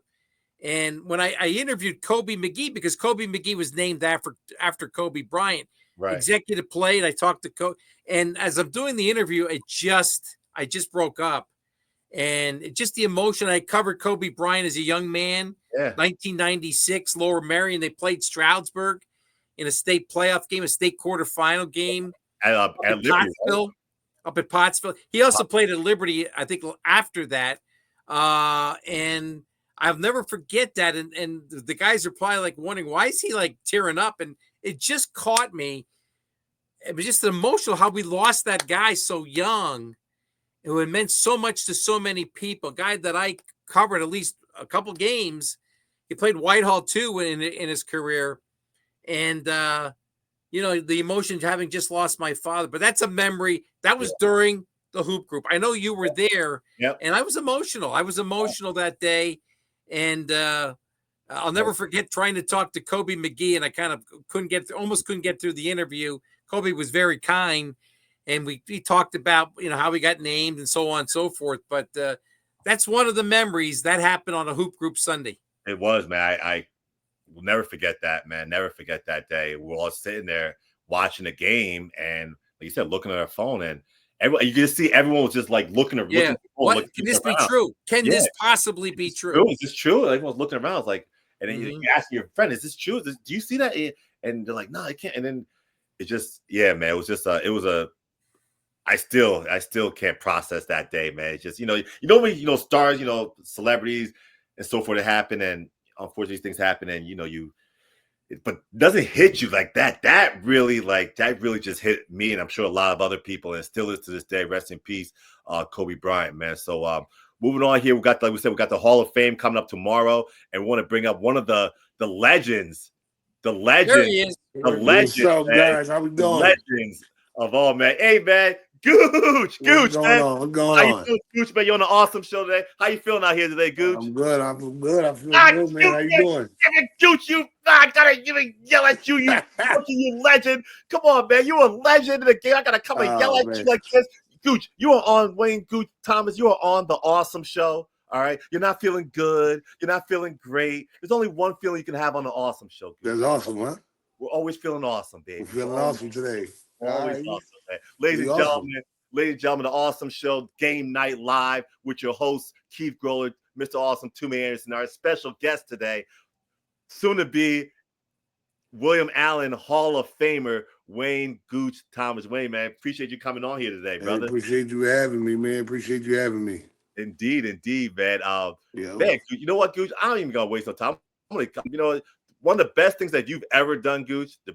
Not one of the best. I'm gonna pause myself here because I don't know how many kids you do have, but man, this one you got here, man, he is special, man. He is special. Let me find out. I gotta find his highlights of your son, man, your boy at the sales. Talk a little bit about Jay while you're here. Oh man, he's having a tremendous year over there at the sales, man. He's hitting big shots. I mean, he's playing hard, man. His defense is unbelievable. I mean, he's just playing all around good basketball. Indeed, man. As you said, you mentioned there, hitting a big shot. This kid, he has a knack for hitting big shots, man. He's like Look, that shot is at the same place he hit to take them to the state champ, to take them to states. That it's at the exact same side of the floor. Same side of the floor. Wow. Same side that of is the floor. Amazing. That is amazing. And hey, people forget that started the whole thing for Parkland last year. They were in trouble in that game right there against Nazareth. Yep. And it was a slowdown game. Nazareth slowed it down. And, who knows if they would have gone on that run had they lost that game. That would have knocked them out of league. They would have had to wait a long time to get into districts. That was a huge moment for that great Parkland team last year. I don't know if they ever go on a run if that doesn't happen. Yeah, I'm telling you, that's his thing, man. I'm telling you, if you look at that game, and you just, I mean, the pass from the pass to the side of the floor he was on, it's like the exact same spot on the floor. He hit that shot. Indeed, man. Yeah. Big shots out. That was definitely a big shot from Jay Thomas out there, man. Yeah. And he's definitely doing his thing. But we're celebrating you here today, Gooch, man, and all the amazing career that you had while at William Allen. Tell us about that, man. Here you are, Gooch, man. I mean, tell us about this. I want to know about this guy, man. Tell me about this guy rolling up in Allen High School. Where you get that picture from, man? You got it all too. Up to Allen High School. Like, tell me. Hey Keith, I still got all your articles you wrote. I got every article. I got a scrapbook with every single article from Keith Groller. I covered a lot of Allen basketball in that era. Every article you ever did. That was fantastic. A fantastic era for basketball. Yeah, absolutely. And I tell people this, this era is different. People got, like technology, people don't come out like they used to, but our games were jam-packed. Jam-packed. Absolutely. If you didn't get there, you could get in, don't get me wrong, but you couldn't get a good seat unless you showed up early. You weren't going to sit. I don't care what gym you were playing at. And it's just obviously a different era, but in our era, like tomorrow, I've been talking to a lot of guys, and I try to tell people, come out and watch these kids because they need the crowds. They do. They need that. And I'm just coming from the era we came from, I wish, if they listen to me, I don't know if they're gonna listen to me, but they need to come out and watch these kids play ball because I promise you, the crowds help the kids play. I'm telling you, they need the crowds. 100%. And amen. And I just wish people would forget watching it on phones and just get to the gyms. We got to figure out a way to promote this a little better, man. To get these people out, put the computers, laptop, put it all away. Come out and watch these kids. You'll see the difference in a lot of these kids. I guarantee you. You pack these stadiums out. I promise you would. Definitely, man. I mean, speaking of that, man, we want to. You talked about articles, man. That I got them all. You got them all, man. You got them all. Well, we're gonna go back to history. Keith, we want to start a new segment with you, man. We're gonna go back to this January the 30th. I know we're on the 31st, but we're gonna go back to you always. We're gonna go back to throwbacks, Keith, and we're gonna try to have throwback articles with you, Keith, from the time when from the date of what we are. So right now, January 31st, we so went back to the 30th there. We'll show back, good old school Keith out there. We don't have to show that. That's the Keith I know. You don't have to be seeing that. You remember, huh? That's the Keith I remember there. That's it. Right? That's the Keith I remember. Right? Yep. I mean, he was out there. Look at that guy, man. He was out there. Man. He was definitely, looking so sharp and so. I need a haircut. That's for sure. Yeah, that's what the Keith I remember right there. Yeah, you remember right there. A lot of interviews with. A lot of interviews. And John Donmoyer was your coach, and he was a class act. Absolutely. He kind of connected to Mile of Swords, and it's just a lot of special games. I mean, it was an era when Whitehall was good with Pete Lisicki, and Whitehall was something else, absolutely. And Central Catholic was good. Right. That was Gabe Llewellyn, I think, in that era. It was a lot Gabe of talent, and the boys. A lot of talent. Man. That's why the gyms were packed. I mean, the play was really at a high level. Especially in the city of Allentown. It was a really great era. And I always tell people that my favorite gym is Rockney Hall. There's no gym in the world. I'm to this day. You shine down it. I remember you have some great games in Rockney. I had some pretty good games down in Rockney. I had some good games down in Rockney. That's the one right there. That's the picture right there. Yes, sir. Yeah, look at that. I have all these. Look at that hair. You see that hair? Man. I mean, you had the hair, man. You definitely, Yes, I did. It was no joke. You had the parts and everything, Gooch. All that. Jules used to do that for me. Who used to do that? Jules used to cut my hair before games. Man, come on, man. This is 94. Listen, he would do that to me before games. I'm telling you, he would. Man. Jules Roderick, shout out. Yeah, he would do it. Indeed, man. Well, you know what, Gooch, man, we got you here. We want to let's go back to some of these crowds, man. You talk about these big crowds. Let's look and check out some old school Gooch out. Mason, Sean Penn, perhaps the most proficient at blocking shots in the East Penn Conference, and one of the top scorers, Wayne Thomas, rounding out the starting lineup for the Canaries. Well, you mentioned Sean Penn. As you look at their Wayne Thomas, just awesome. Number 2 scorer in the league. Wayne Thomas gets the ball in the paint. He is unstoppable. Yeah, that's the thing that bothers me. If I'm defensing Wayne, if I'm going against Wayne, is the ease with which he accomplishes his run. I'd say to myself, we're doing everything, and the kid's not sweating. He really hasn't broken a sweat yet. I got to see something on him and make a move. But he really paces himself. And when he gets the ball, as you said, it's that big hand. And he seems to control everything he does with that hand. That's why he must be the #1 maker of that underneath scoop shot. Yeah, he's a very dominant force in the middle. Boy, every play is contested. That won't go. Shot by Jenicola. Look at that rebound. That play was called by Max Zoe. Wayne Thomas finally gets it up for Mason baseline. Thomas, you almost have to give him that one. Wayne there is automatic. Mason, Sean Penn, perhaps the most proficient at blocking shots. I got to tell you where that came from. Say again? I got to tell you where that shot came from. There's a lot to this. We're here for it. That's why we're here. When I was in 8th grade, Coach Anoni was my basketball coach at Trexler. Raleigh Massimino would have a referee that he was close to that would come. He would send the Trexler and work on that after school with me. The jump hook. He would come. Hal Grossman was his name. Hal Grossman. Yeah, I was going to say Hal. Yeah. So Raleigh Massimino would send him up there to work on that jump hook. And he kind of showed me it, but I put my own touch on it, of course. But that's how it started though. I'd go after school in Trexler's gym, just me and Al Grossman, and he would tell me what he was told to teach me, and he showed me that, and I just obviously I perfected it. I put my own touch on it, but that's who showed me that. That was in 8th grade. I learned that. Wow. Yeah.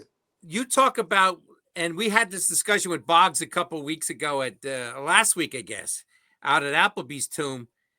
People forget Doug Snyder had those great teams every couple of years. Jalen Cannon era, the Terrence Roderick, absolutely. and he's going in tomorrow.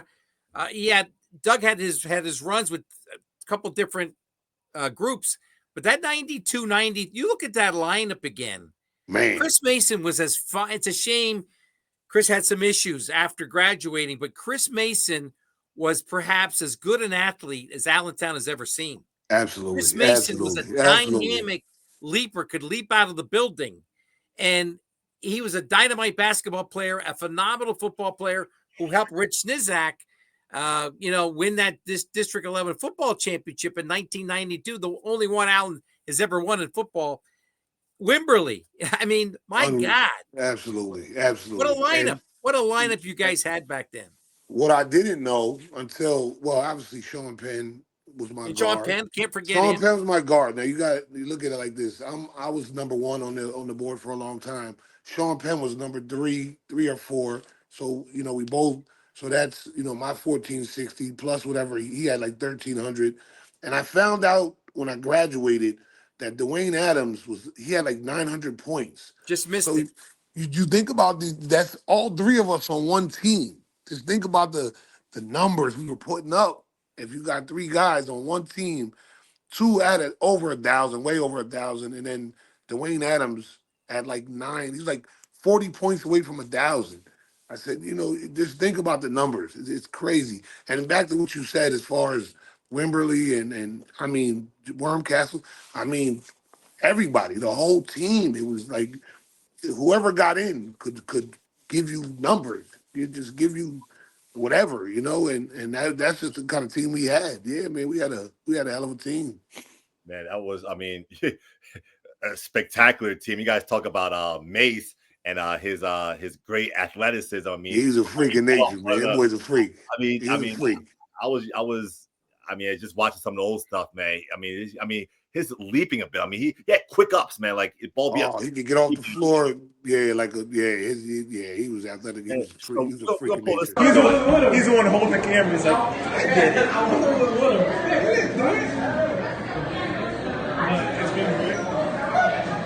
sometimes you got to do that.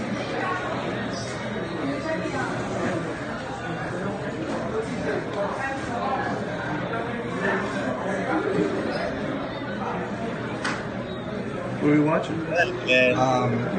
You made a bad call and called out on it. That boy could get up. I'm telling you, he can get up. You set off a free throw. How easy dude. that was. Keith, who you see doing that right now? You see how easy that was? Vigo. Vigo, bro. Oh, Vigo, yeah. Vigo, I fall back. Vigo, he can get that. He can get that. Vigo, yes. Vigo, Mason, and he can get that. And Mason, just like Vigo now, just electrified a building. Yeah. Those dunks were not just worth 2 points. They could get the whole crowd energized, and they can have that building explode. That's what Vigo does now for Central. Mason did that for that team, and they just had so many weapons, and they played so well as a team. And that's, I guess, John Domler preached that, right? He teached sharing the basketball was so important, right, Gooch? Oh, that was huge, yeah, because he knew. Like I said earlier, think about, Sean. I mean, think about the numbers, man. You got 3 guys with 2 way over 1,000, 1 40, 50 away from 1,000, but the rest of the guys on the team, they all could score, and he would just say, it got to the point where he would just say, like, just do that, just do what you guys do. That's what he would tell us. It got to that point, where he, like my sophomore and junior year, he was a little strict, but our senior year, he said, he would just tell us, just do what you guys do, just score the ball. That's all he would tell us, and we did all right. We did all right. you scored the Scoring ball at a goals. high clip, man. I mean, I believe 1460. I believe. Here's one of your balls here when you set the record here. 40. Yeah, that was the floor record. Yeah. Record, Coach told me 40 points. that was Snyder told me it was 22 for 22. I don't know. That was 20 for 20, but whatever, man. 20 for 20. And I didn't even know. You know who? You know what happened in that game? Sure. I remember Punk and Miller. There still was like 9 minutes left in that game, and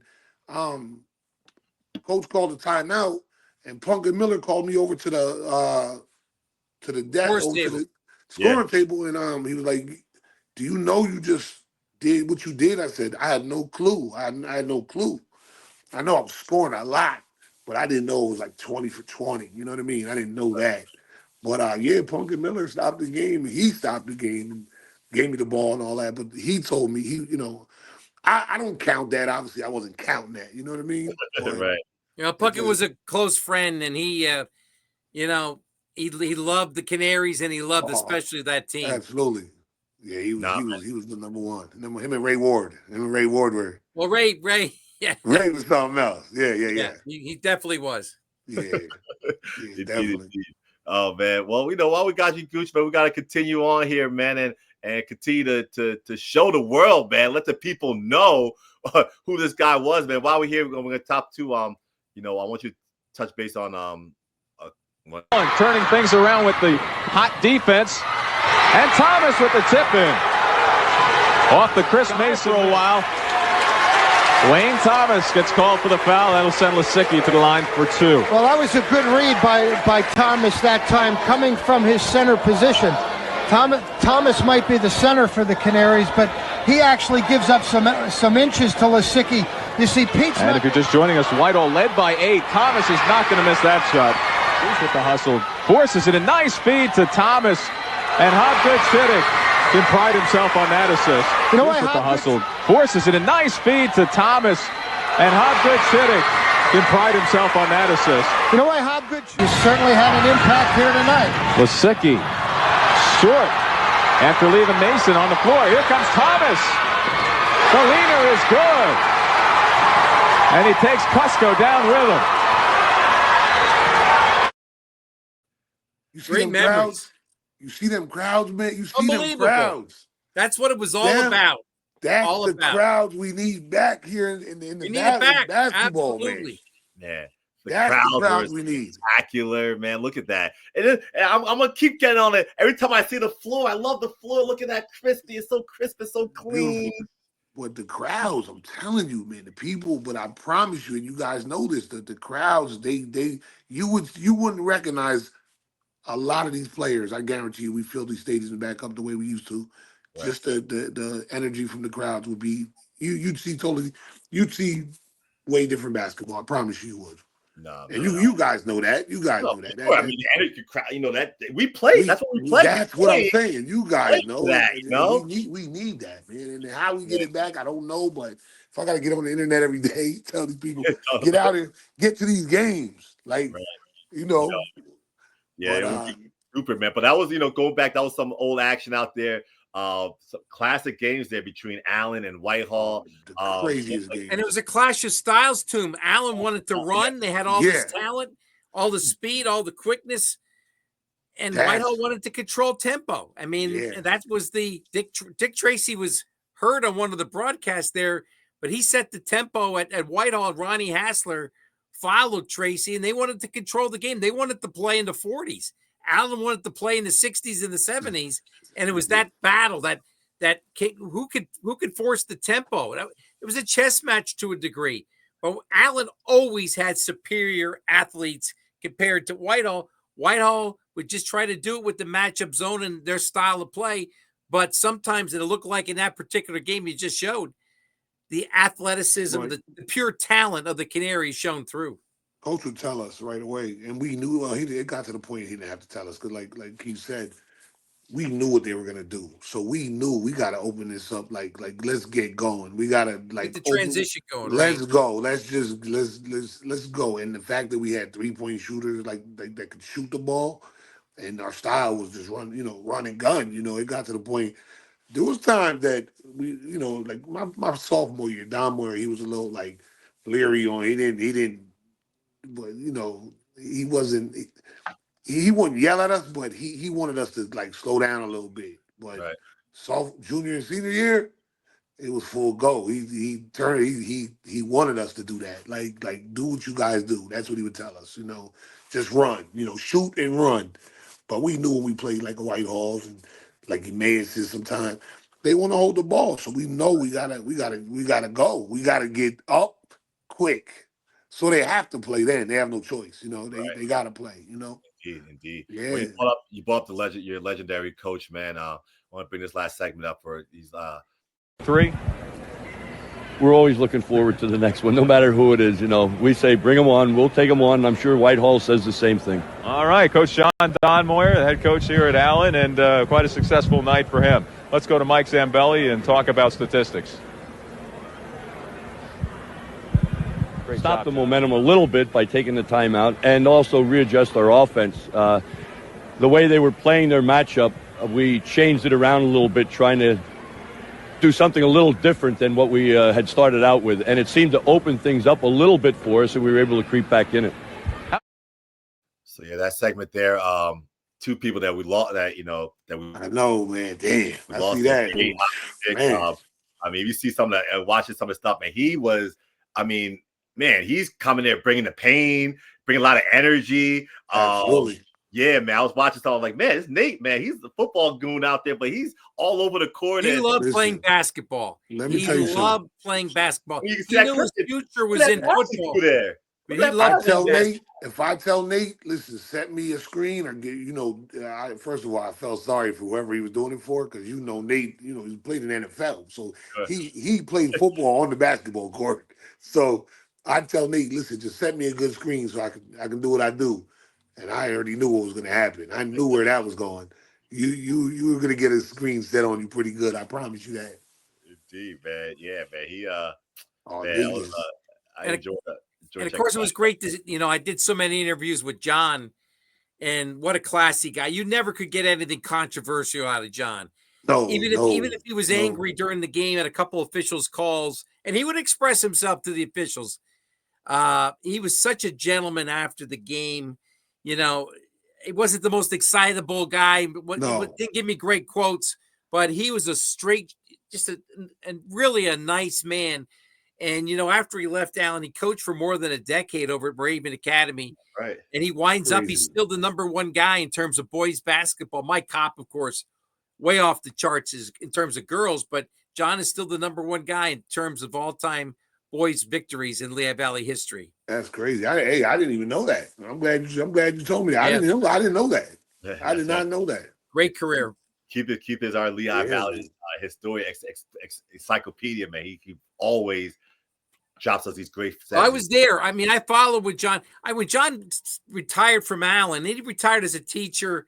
He just said, "Hey, I'm not teaching here anymore. We want somebody in the building should be the guy." And he was so happy when Doug Snyder followed him, but he still wanted to be involved in the game. He's still a relatively young man, and I said, "What are you, crazy? You're going from Allen with all this talent to Moravian Academy, where they don't even want to play in the summer because those kids are traveling like Europe and stuff. Right? They don't go on Christmas tournaments because their families are going across the world. Right. I said, why? He said, Keith, I just want to teach the game. Those kids need to be taught the game. Allen kids kind of needed to be, just handled and structured a little bit. But he literally had to teach the game at Moravian Academy, and he had a long run there and racked up a lot of wins with a program that was never very strong. He had a lot of success.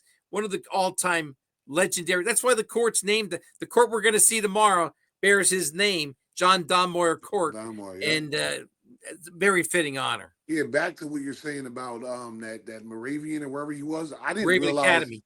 Until I went to the funeral and all that. Yeah.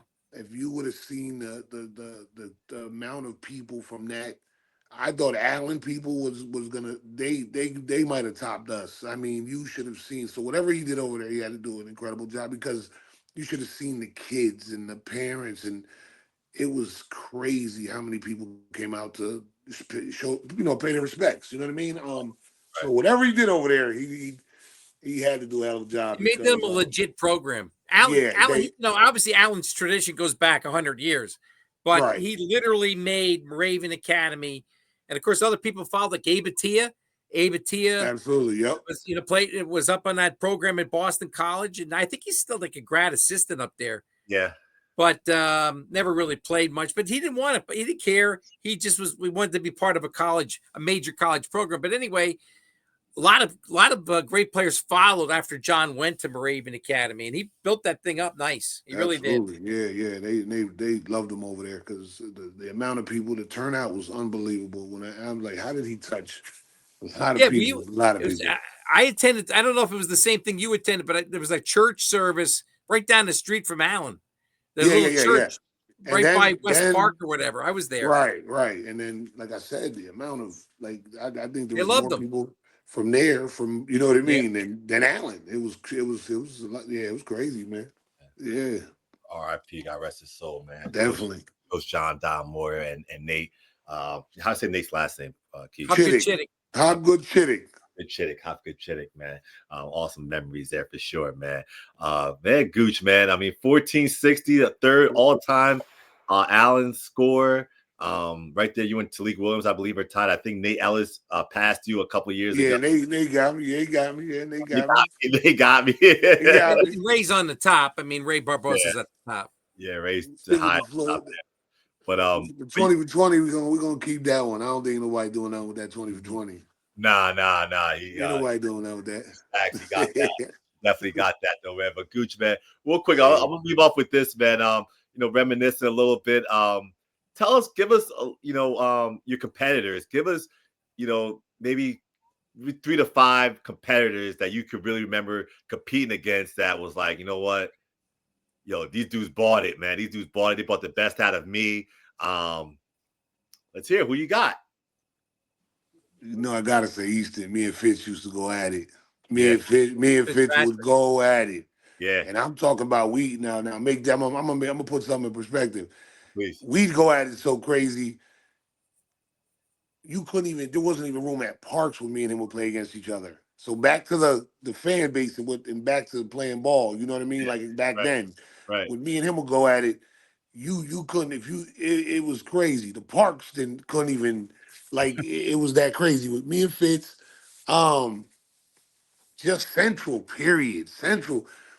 They were just good, man. And they could shoot and Central, man, like Spang and the guys and just Central, man. They were just you gotta come. Listen, when you were gonna play Central, we knew we were gonna play that, especially at Rockney Hall, because that's that's my favorite gym. So imagine the kids that's their regular gym. But you play at Rockney, you better be ready to play ball because man, they're beating on them bleachers and shit. But Central. But like I said, Fitz.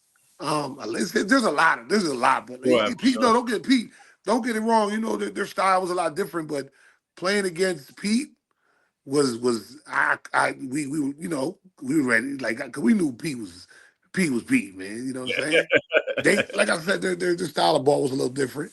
But like our junior senior year, Pete was letting it go. We knew Pete was letting it go. Like it changed a little bit, But yeah, definitely white like that, Pete. But like I said, me and Fitz, that was so. But like, was anyone who was at Liberty at that time? Who was at Liberty at that time? That was Liberty was that's not Tulio's day, right? Not Tulio, Santiago, and all them guys. And don't get it. Oh my God, yeah, they were good. They were real good. Yeah. And because they were like we were like all from the same area. Yeah, you had to go. They were trying to do the same thing we were doing. Like they wanted to play ball. Wasn't no holding the ball. Right. They were trying to run the gun like we were trying to run the gun. We were trying to dunk. They trying to dunk. You know what I mean? Right. Nah, definitely. But yeah. Hey man, that's a good list. That's I appreciate that. Yeah. It's hard, man, because especially our senior year, like teams knew, like they stepped it up, like they were ready to, like when they knew when they had to play us, and we, you had to come with, you had to come with it, and but like I said though, man, it's definitely Central. Whitehall, believe it or not. Whitehall, yeah, Whitehall and shit, Liberty. Easton up Fitz and so forth over there. Yeah, we played and Easton. Easton was that was Easton. You guys ever make the state tournament? Yeah, Oh, we yeah. went. Yeah. Oh my God, yeah, we get to second. Listen to especially my senior year, we were one game away from the big one, man. Wow. And we lost by like 2 points, 3 points, I think it was. Yeah, man. Who's that too, Keith? Who's that? Who that? We played. It was against Norristown. Okay. Yeah, it was against Norristown. Yep. Keep it tied. Dig the encyclopedia is like he's trying to watch back. Like, ooh, I'm trying to. Yeah, I'm digging. No, because I'm pretty sure I was at the game. Was that down in like Upper Dublin or someplace? That game was crazy. Like that game, that Norristown and Allen. Yeah. I met people at LA Fitness to this day that remember that game. And I don't even know who these people are. Yeah. That's how crazy that game was. And I mean wall to wall. The doors, like you couldn't even, like I said, you couldn't get in, man. You could not move. Do you remember, Gooch? Did you guys get hit with a snowstorm? And your game was the district final, which I think was against Liberty, was postponed for like 4 or 5 days. Like we got hit.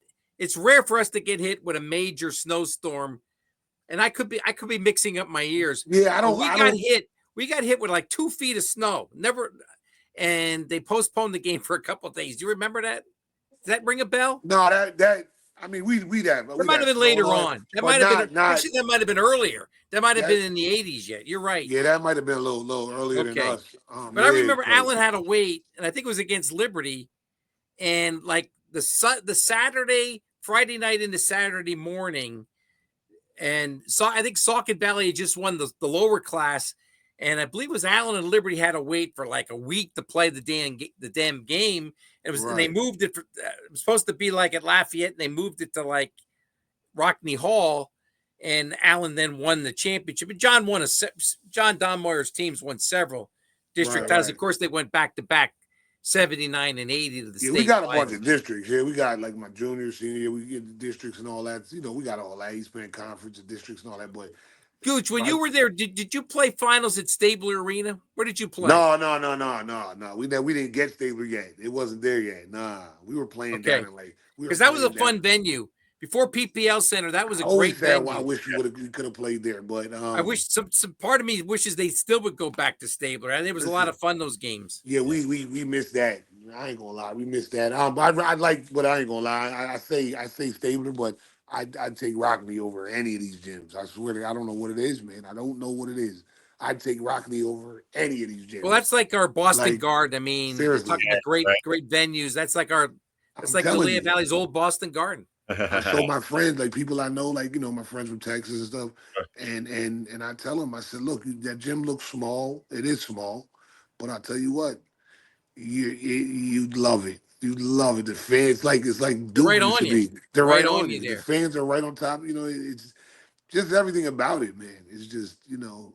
So I'd take that over. The steps coming up the steps out of the locker room. Yeah, man. Yeah, and then they're banging. You know, they're banging on the steps, and you know what I mean. Yeah, man. Something about it though. Yeah, definitely. Oh, man, well, Gooch, man, man.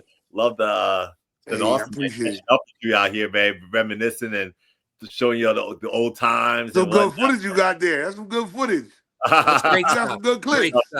It's big day out there tomorrow for William Allen, the class of 2025. The Hall of Fame group is going in. Starring Wayne Gooch Thomas, 1,460 points out there, and also Amy Cotter, St. Luke's trainer, who's getting inducted as well. She's a former basketball player too, as well. Dennis McWhite, Dennis McWhite.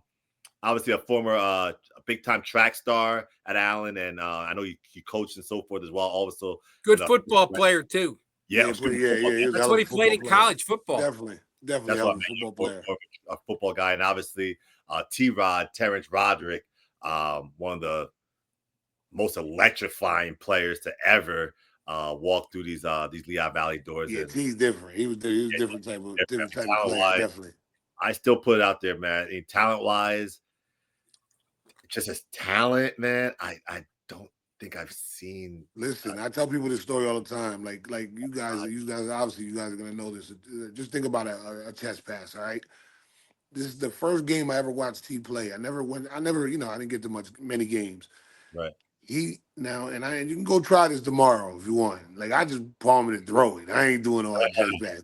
So listen, from baseline to baseline, and I'm talking about like it was just easy. He didn't even try. Like he chest passed and I'm talking about a perfect chest pass. Like, and I knew because I looked at it as how Don Moore would have looked at it because he was big on like basics and fundamentals.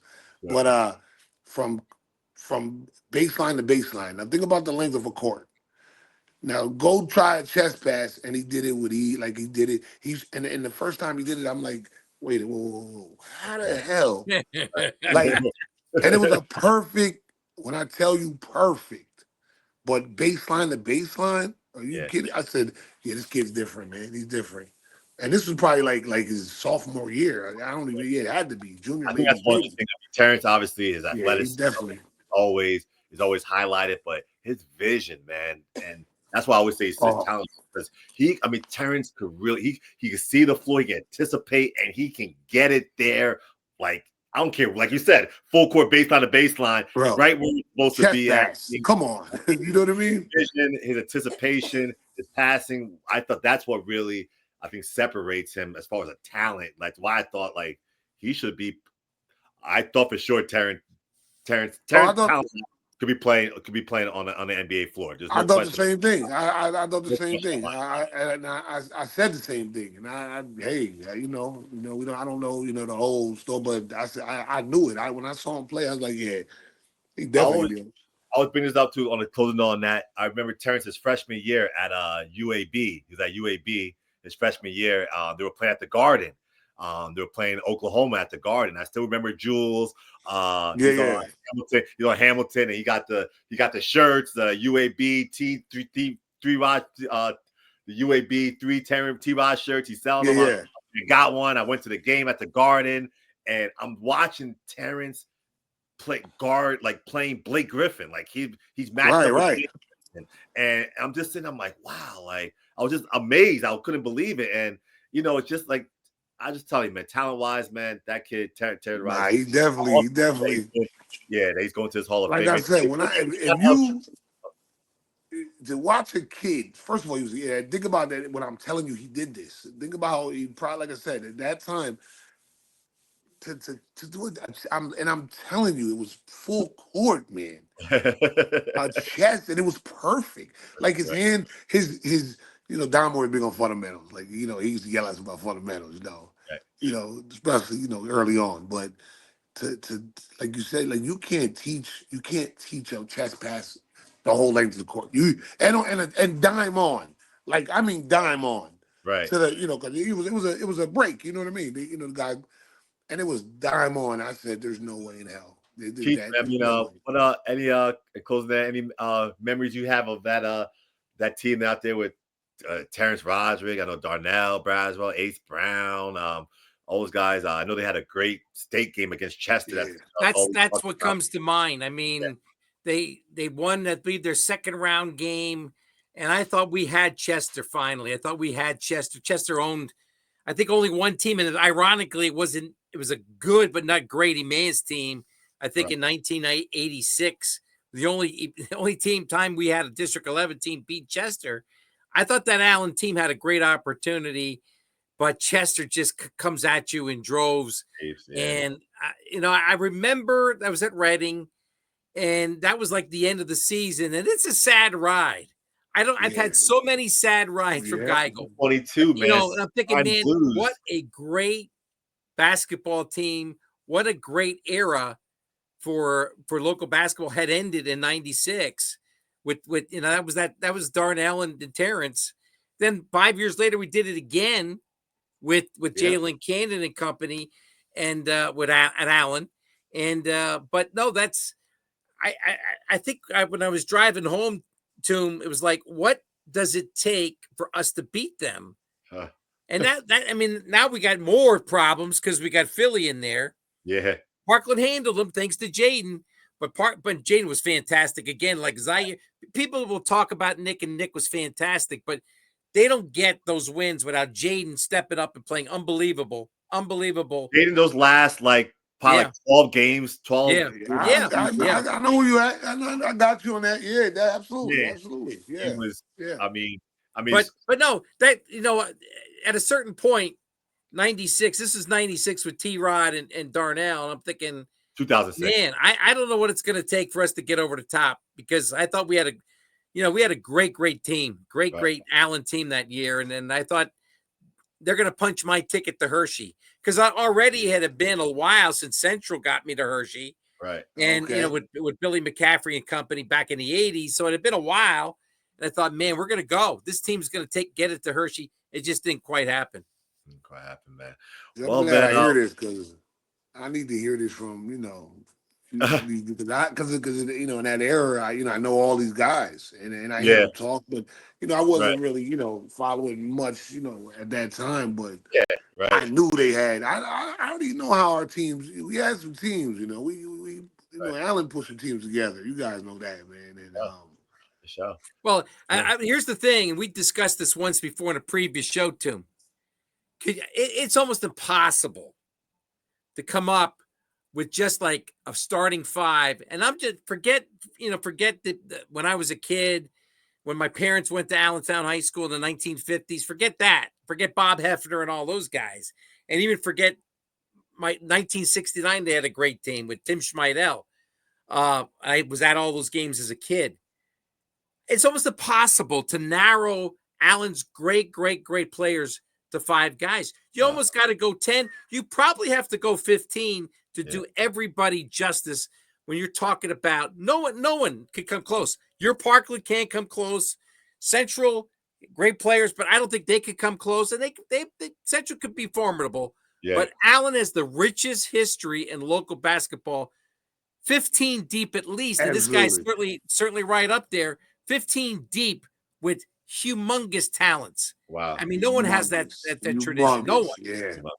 I mean, it's one of the top. Our guy Dave Berman, he spit it out. He's got that all-time win list. Yeah, the one-time wins list and so forth. So they're very high up there, and like you said, tradition and one of the more historical programs in all the state of Pennsylvania, man. Like you said, led by and honored by Gooch.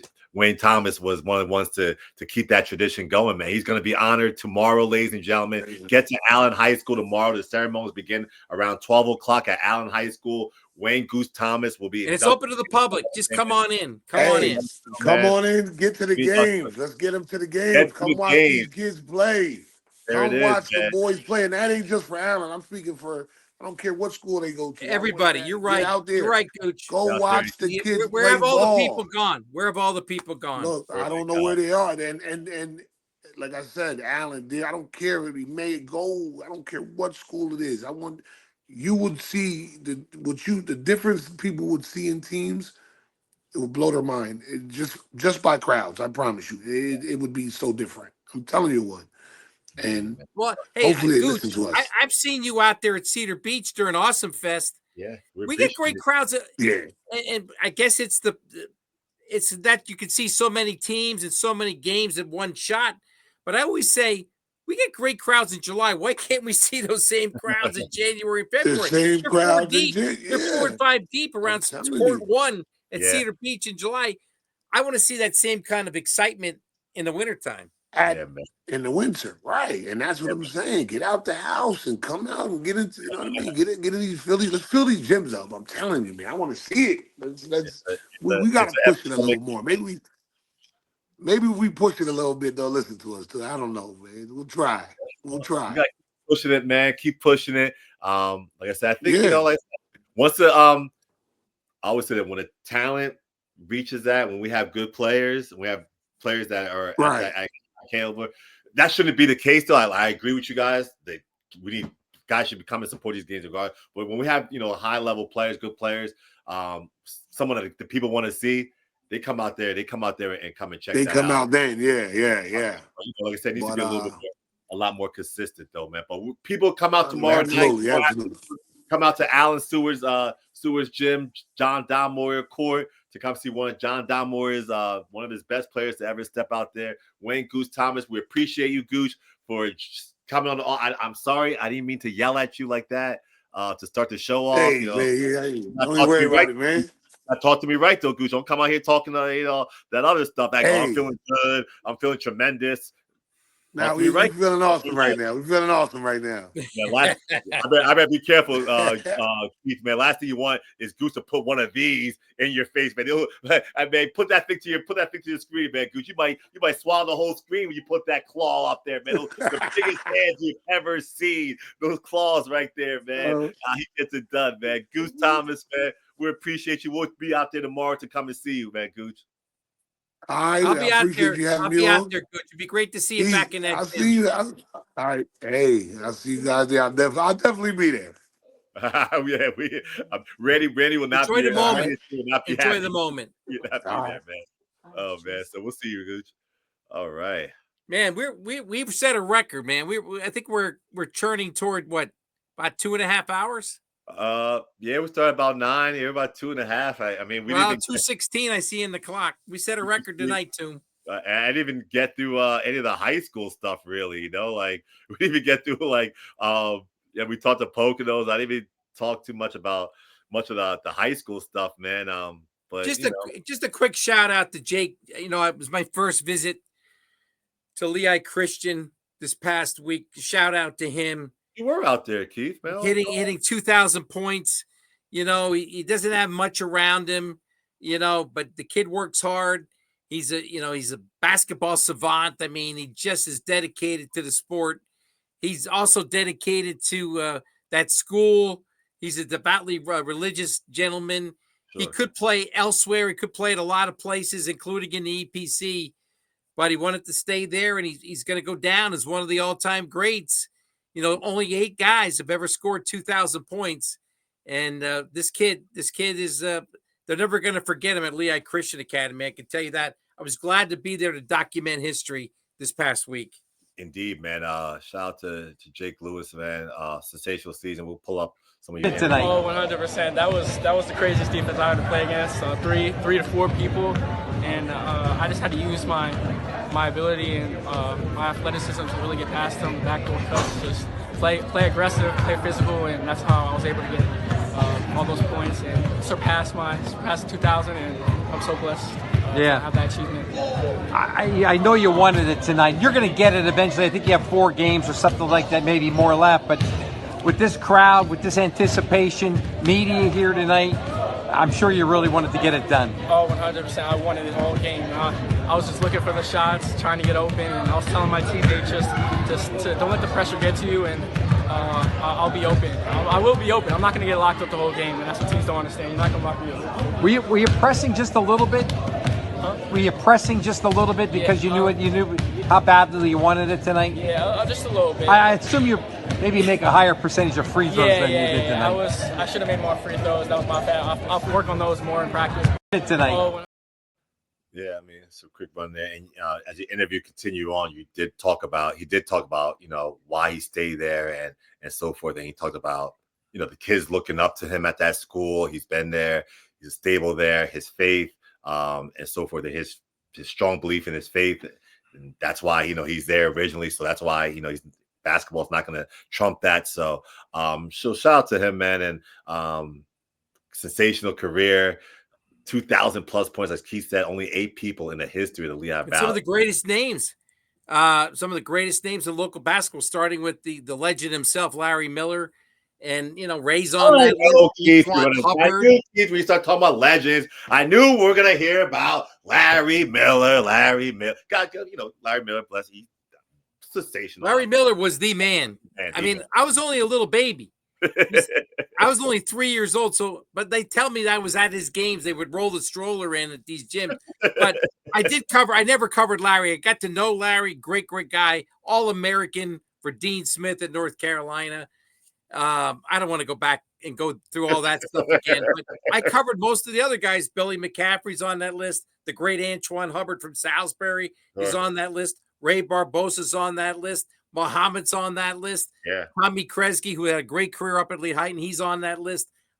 There's a couple I'm missing, but man, he joins Nick Colville, of course, last year. I mean, some great people. Jacob Lewis is now in that mix. That's a pretty good company to keep, I'll tell you. Indeed, man. Indeed. Shout out to, once again, last shout out there to my guy Jacob Lewis, man. Keith, man, we'll bring this up. Keith, we have our awesome play of the week here, Keith. Awesome play of the week here, Keith. It's going to come forward to it. What is it? I'm coming from your boy out of Liberty, Mr. Puxon. Mr. Puxon, let's check him out here. Jake Puxon, the play of the week. League and district playoffs, but they're not taking it easy tonight. Look at that for the league and district playoffs, but they're not taking it easy tonight. Look at that for the league and district playoffs, but they're not taking it easy tonight. Look at that. Our awesome play of the week there, Jake Puxon, man. How you feel about that one, Keith? I love Jake. In that team, I'm telling you, that's the one team you got to keep it. I know you're going to tout Parkland, but hey, and I've been touting West and Central all year long since the summer, but Liberty's dangerous. Now, Liberty's dangerous. Now, they stubbed their toe. Who beat them at Northampton last week, right? Yeah. But they're right there. They're a dangerous team. And, we got a big performance from Will Palmer last night. Yeah. T could go off. The big fella can go off. Lucas. And Jake Puxon can go off. So they're dangerous. Don't forget about the Hurricanes. We cannot forget about Coach Long and his Hurricanes. They're one of the top teams in the district. So they're going to be right up there for sure. I mean, and by the way, when we look ahead, and by the way, next week when we come to you, we're going to be talking about playoff basketball. Yeah. The tournament will start Friday night. Just to give you the time frame here, Monday night is the end of the regular season. I don't think we're going to have total clarity on what the 4 matchups will be, at least among the boys. It's going to go to the computer. They probably won't release the matchups until sometime on Tuesday. I talked to Colleen Nosovich last night. There is a meeting, and it's an in-person meeting over at Notre Dame Green Pond. They love to get together for breakfast over there. Yeah, they do. And they're going to have a meeting.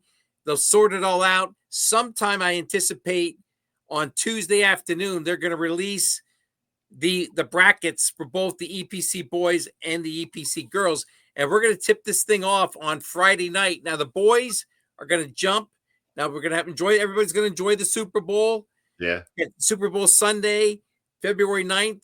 Monday night, the 10th, the girls are going to go first this year. So it's going to be a quick turnaround for the boys. Girls are going to go first. Tuesday night is the boys, be the semifinals at PPL Center, and then the championship game on Thursday, February 13th. Now they haven't released this yet, but Right. This is what we believe that's going to be the case. Colonial League will have its championship doubleheader probably back at Freedom on Valentine's Day night, 2 weeks from tonight, February 14th. So here we go. I'm excited. The season, I've seen a lot of games, but now I want playoff basketball. There's nothing like it. And as Gooch said over and over and over again, and I loved every time he said it, the crowds have got to show up. The crowds have got to show up. We had crowds show up. I think last year about this time they started showing up because they realized they're not going to see a Nick Colville. They're not going to see a Parkland team again like they had last year. And they started showing up at this time of year. I want to see crowds everywhere when these playoffs begin. Indeed, man. So that's definitely the goal. We want to get these crowds out there, see some of these games action out there, and come and support the students and so forth. Playoff basketball is coming up. But Keith, I was checking out some action yesterday, Keith. Easton at Nazareth. Easton at Nazareth. Nazareth is fighting for one of the last EPC spots, I believe. They are. They need help now. They need help.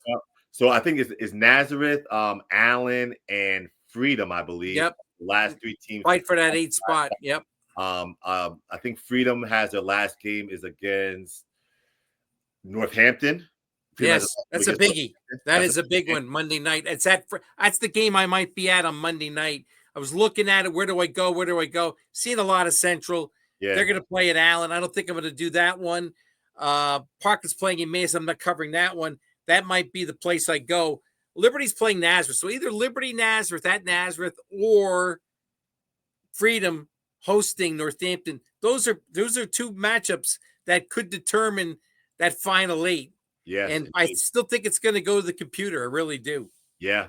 So those teams are battling it out for that, and I think if both of them lose and Allen wins their last 2, they'll all be, I think, 9 and 7, and Allen, I think Allen might get in. So it's coming down to the last. Allen needs a miracle. Allen needs help.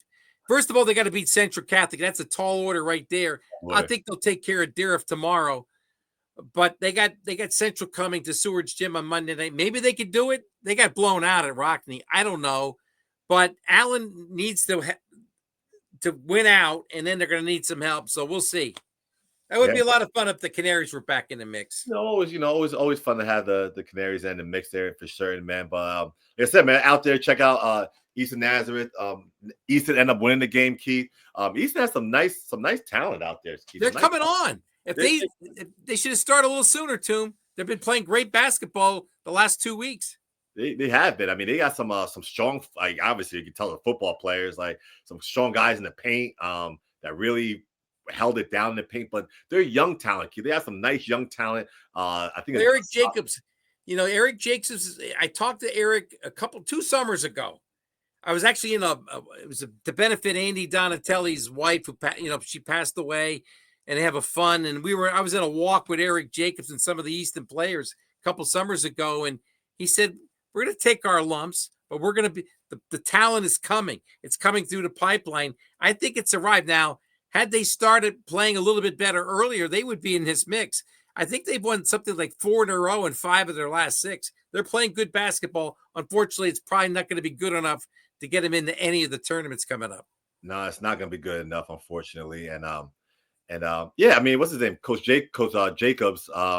Obviously, got some nice young talent coming in. He's very protective of his talent, Keith. I'll tell you that. He's very protective of his talent. He's very nervous about things out there. So I was at the game, checking out the game, and after the game's over, Keith, I know you deal with this sometimes too. The game's over. Kids are getting to the locker room. You're trying to get some media stuff done. Some old school, there's some old school people out there who are like, oh, get them in the locker room real quick. You talk to them or do anything you want to do afterwards. I respect any of it. So anyway, I'm after the game trying to get some the 2 pitchers. Sabor Hauser, who played a great game, and Josh Walkowicz. I don't want to say his name wrong. Josh Walkowicz, yeah. Walkowicz. He's a freshman. He's had 25 points last night. Spectacular game. So I was going, just going out there, taking a quick picture for them. And as I was going to take a picture, the coaches your Jacobs and the other assistant coaches are rushing the kids off the court.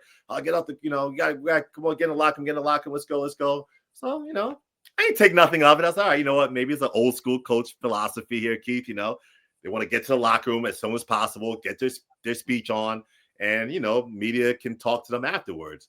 So, all right, well, they went to the locker room and waited some time, and so at this time I'm starting to get, I know you, Keith, you sometimes you talk about these guys that are giving their hard hat awards and their championship big belt, big belt and all these different awards. So, they're getting some of these awards. All right, wait a little. That's time I knocked on the locker room door to get some, and then here comes the coaching staff. Coach Jacobs and his other assistants, and they're looking at me and say, hey guys, try to get some media, kind of get some pictures of your guys and have some interviews. You can't get any pictures of our guys. We don't want you talking to our guys. Whoa, hold up, whoa, hey, damn, Keith, whoa, Mr. Awesome K. Well, why can I? Why can I? These are Easton guys. They're staying at Easton. You're not going to take our guys. You're still at Easton. You're not stealing none of our guys. We know about you. You're not coming here to steal none of our guys. Oh, you know about me. That's what's going on here, Keith. I'm a guy out here. I felt like I was sorry that happened to you. I'm sorry because you're no longer a Raptor. I'm no longer the Raptor station, but even if I was though, Keith, so that's not that, which brings me up to the whole thing here. All right, so here you are. You talk about Easton, they're building their talent up, right, and so forth. Now I have a daughter. I'm sitting here wondering. So imagine I'm wondering here now if a scout or a media person was at a game, my daughter just played a volleyball game, and they wanted to talk to her after the game and have a word with her, and her coach, her jealous coach, insecure coach is coming up. Get out of here. Get out. You can't talk to them. You can't talk to them. You can't, you're trying to build a program, okay? You're trying to build a program back up. You're not going to build a program back up by being a scaredy cat and being insecure about people. You can't be insecure about people coming to, this is the new age. We're in 2025. Media's out there, social media, all these different things are out there. I promise you, coach, I promise you, if I want to talk to your players, they know how to find me very easily. And they did find me very easily. After the game, I went on my Instagram. They're all following me and so forth. So your tactics are, first of all, I'm not even sure what to call it. They're childish. They're very childish. Secondly, I'm not Keith Groller. I'll never, Keith obviously is a staple in our community. He's been doing this for 30, 42 years full time, years, and so forth. So, and he's represents the Morning Call, the premier, one of the premier media sources out here. Obviously, I'm part of a new media. I guess new media is what we do. But regardless, the goal is to give these students exposure, put them out there, let people know about them. I have a wide range of audience and so forth, so that could potentially help these students down the line. So you as a coach, as a program, I believe, and I wish Doug Snyder was here, because when I say let's bring him his program, when I was at Central, Doug's at Allen, obviously Central Allen, there's nobody executive. Doug would never, ever, ever tell me not to talk to his kids. I would take his students on AAU trips and all do all different things. And he's not sitting here worried, Toomey Anderson's going to pull these guys to Central Catholic and all that. Because you know why? He's established coach. He's secure about his program. He's secure about how he teaches and what he's producing. And he's not worried about that. But you coaches out there insecure about people being around your students, it's not gonna work. It's hurting your cause. Now you're giving an admission out there to people to come in and do these kind of things now. So coaches, all you coaches out there, you don't need to be nervous. Toomey's not coming here to steal your kids. They're not your kids. First of all, you're a coach. And these are your players. They're not your kids. You don't own the players. They have parents. Their parents can tell them who and not to talk to. Not you. You're the coach. Coach your team. Respect your team. And don't come out here trying to be some, I don't know what you're not some God or something after that. You can come out here and telling kids and telling people what to do. Especially a media member or a scout or something like that to come in, and especially kids. You can't be so insecure about your own program, about what you're doing, that you're scared to having people come and talk to your students. Like, come on, coach, man. And the problem, Keith, I went to Nazareth and Easton, Keith. Nazareth and Easton. None of those teams right now are doing that well or going to be moving on to the playoffs or a big game. But we're out there to try to give your exposure. Yeah. Try to give the kids, try to put them out there. I'm driving from all the way out to Nazareth to come and watch your Easton team that's not been to playoffs. It hasn't been to playoffs in some time. All right. You're building your program. I respect you're building your program. You brought your team to our summer event, which I was very happy about. Like, we haven't seen Easton some time. I wanted to actually thank you. And thank you. You come out here with this nonsense of, you're stealing our kids. Get them out of here. Security. You call security on me, dude. What if you clown? Come on, man. I don't want to. That's disappointing. I didn't know that happened. It's disappointing. And hopefully now the word is out. You are media. You are a media force. You've been a media force. And now this show, which is getting more ingrained in the basketball community, when they see you, they should know it's Game Night Live, it's Toom TV, it's exposure for the kids.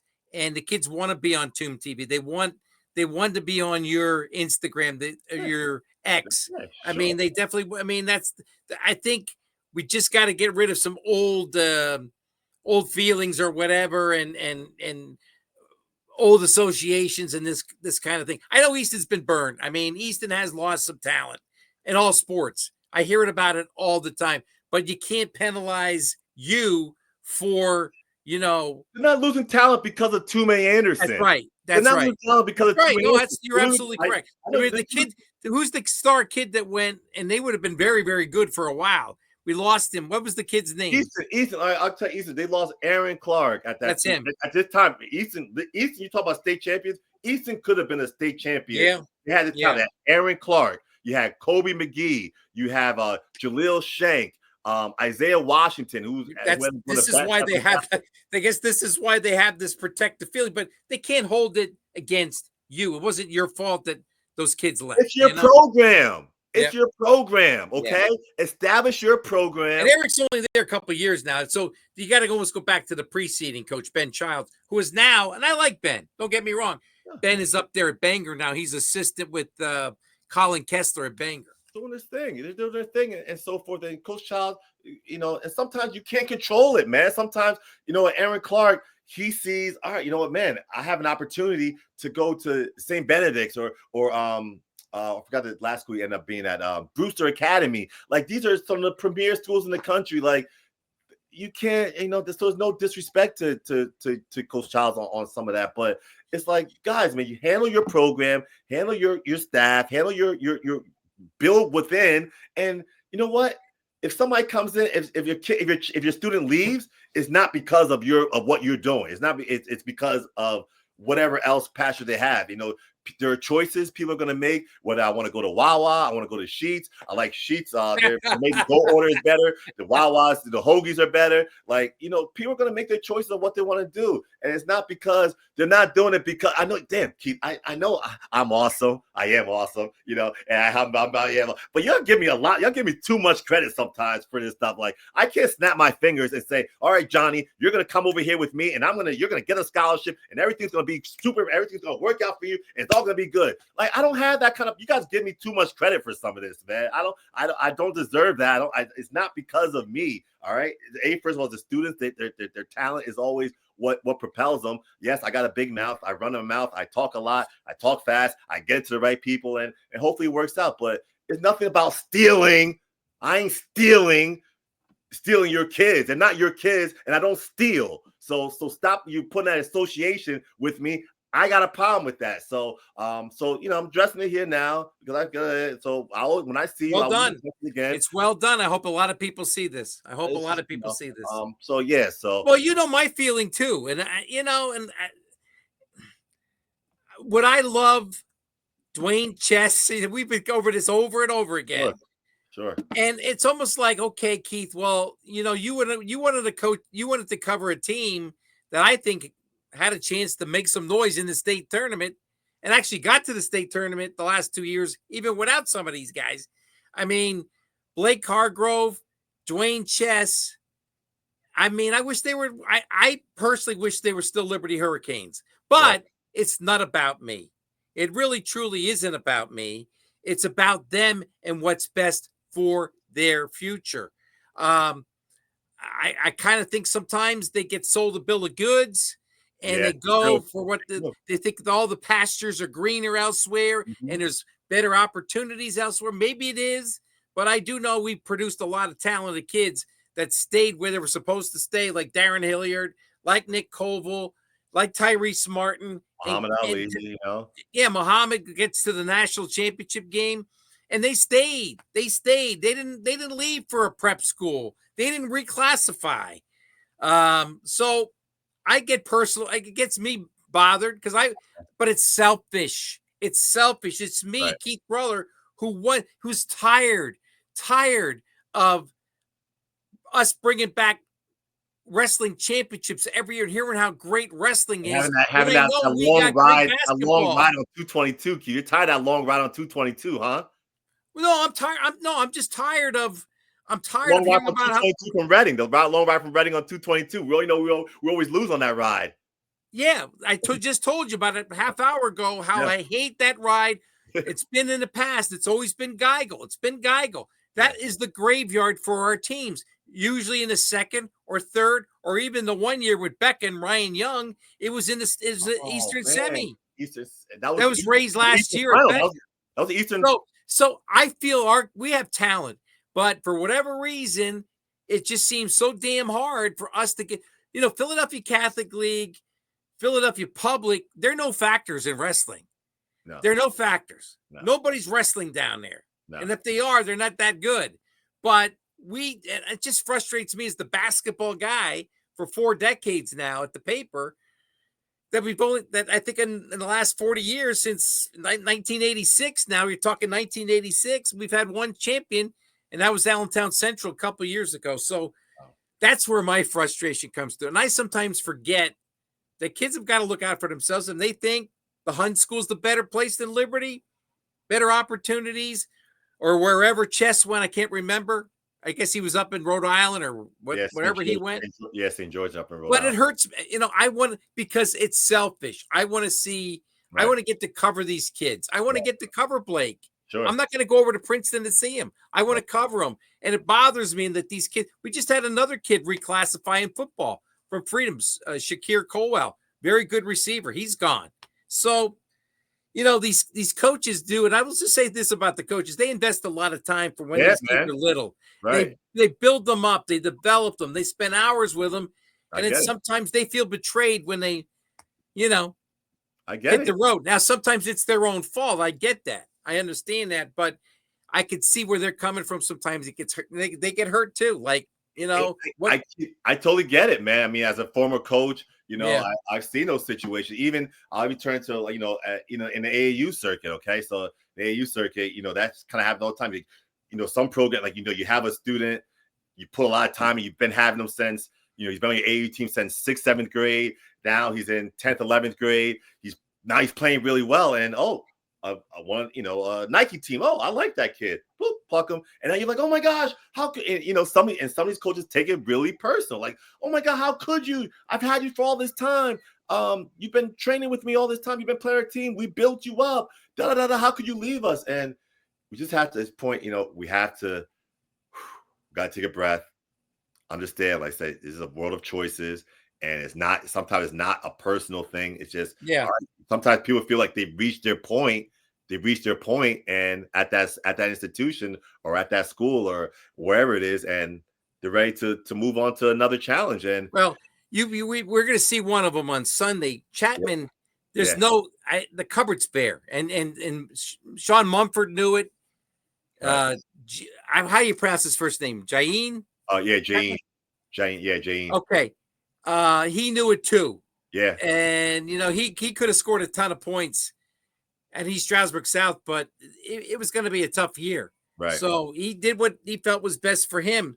And so I hope it works out. Look, I hope I don't never root against our local kids.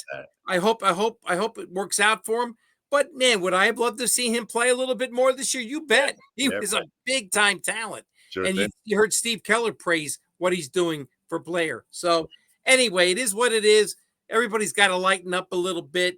All I can tell you, Toom, you said it well, you said it clear, and hopefully people will understand what you in particular, and me as your partner trying to help do with this show.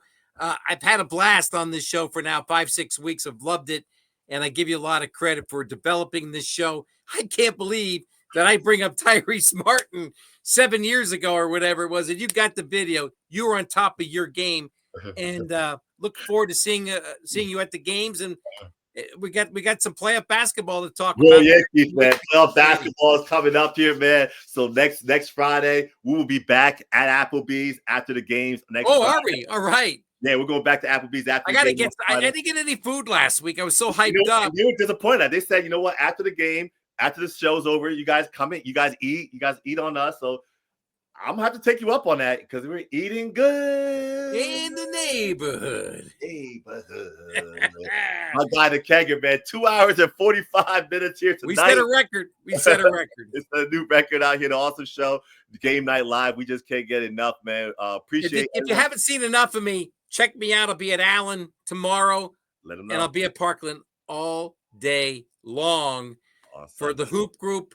It is like Christmas, in February when the Hoop Group comes to town, because the fans they love to see top talent. They do, as well as our local kids. Yeah. It should be a great card on Sunday at Parkland, beginning at 12:30 with a couple national games. I mean, big time games. Circle Hill, right from the start. We'll start with Zaire Smaltz right from the rip, and Keith will get to see his guy.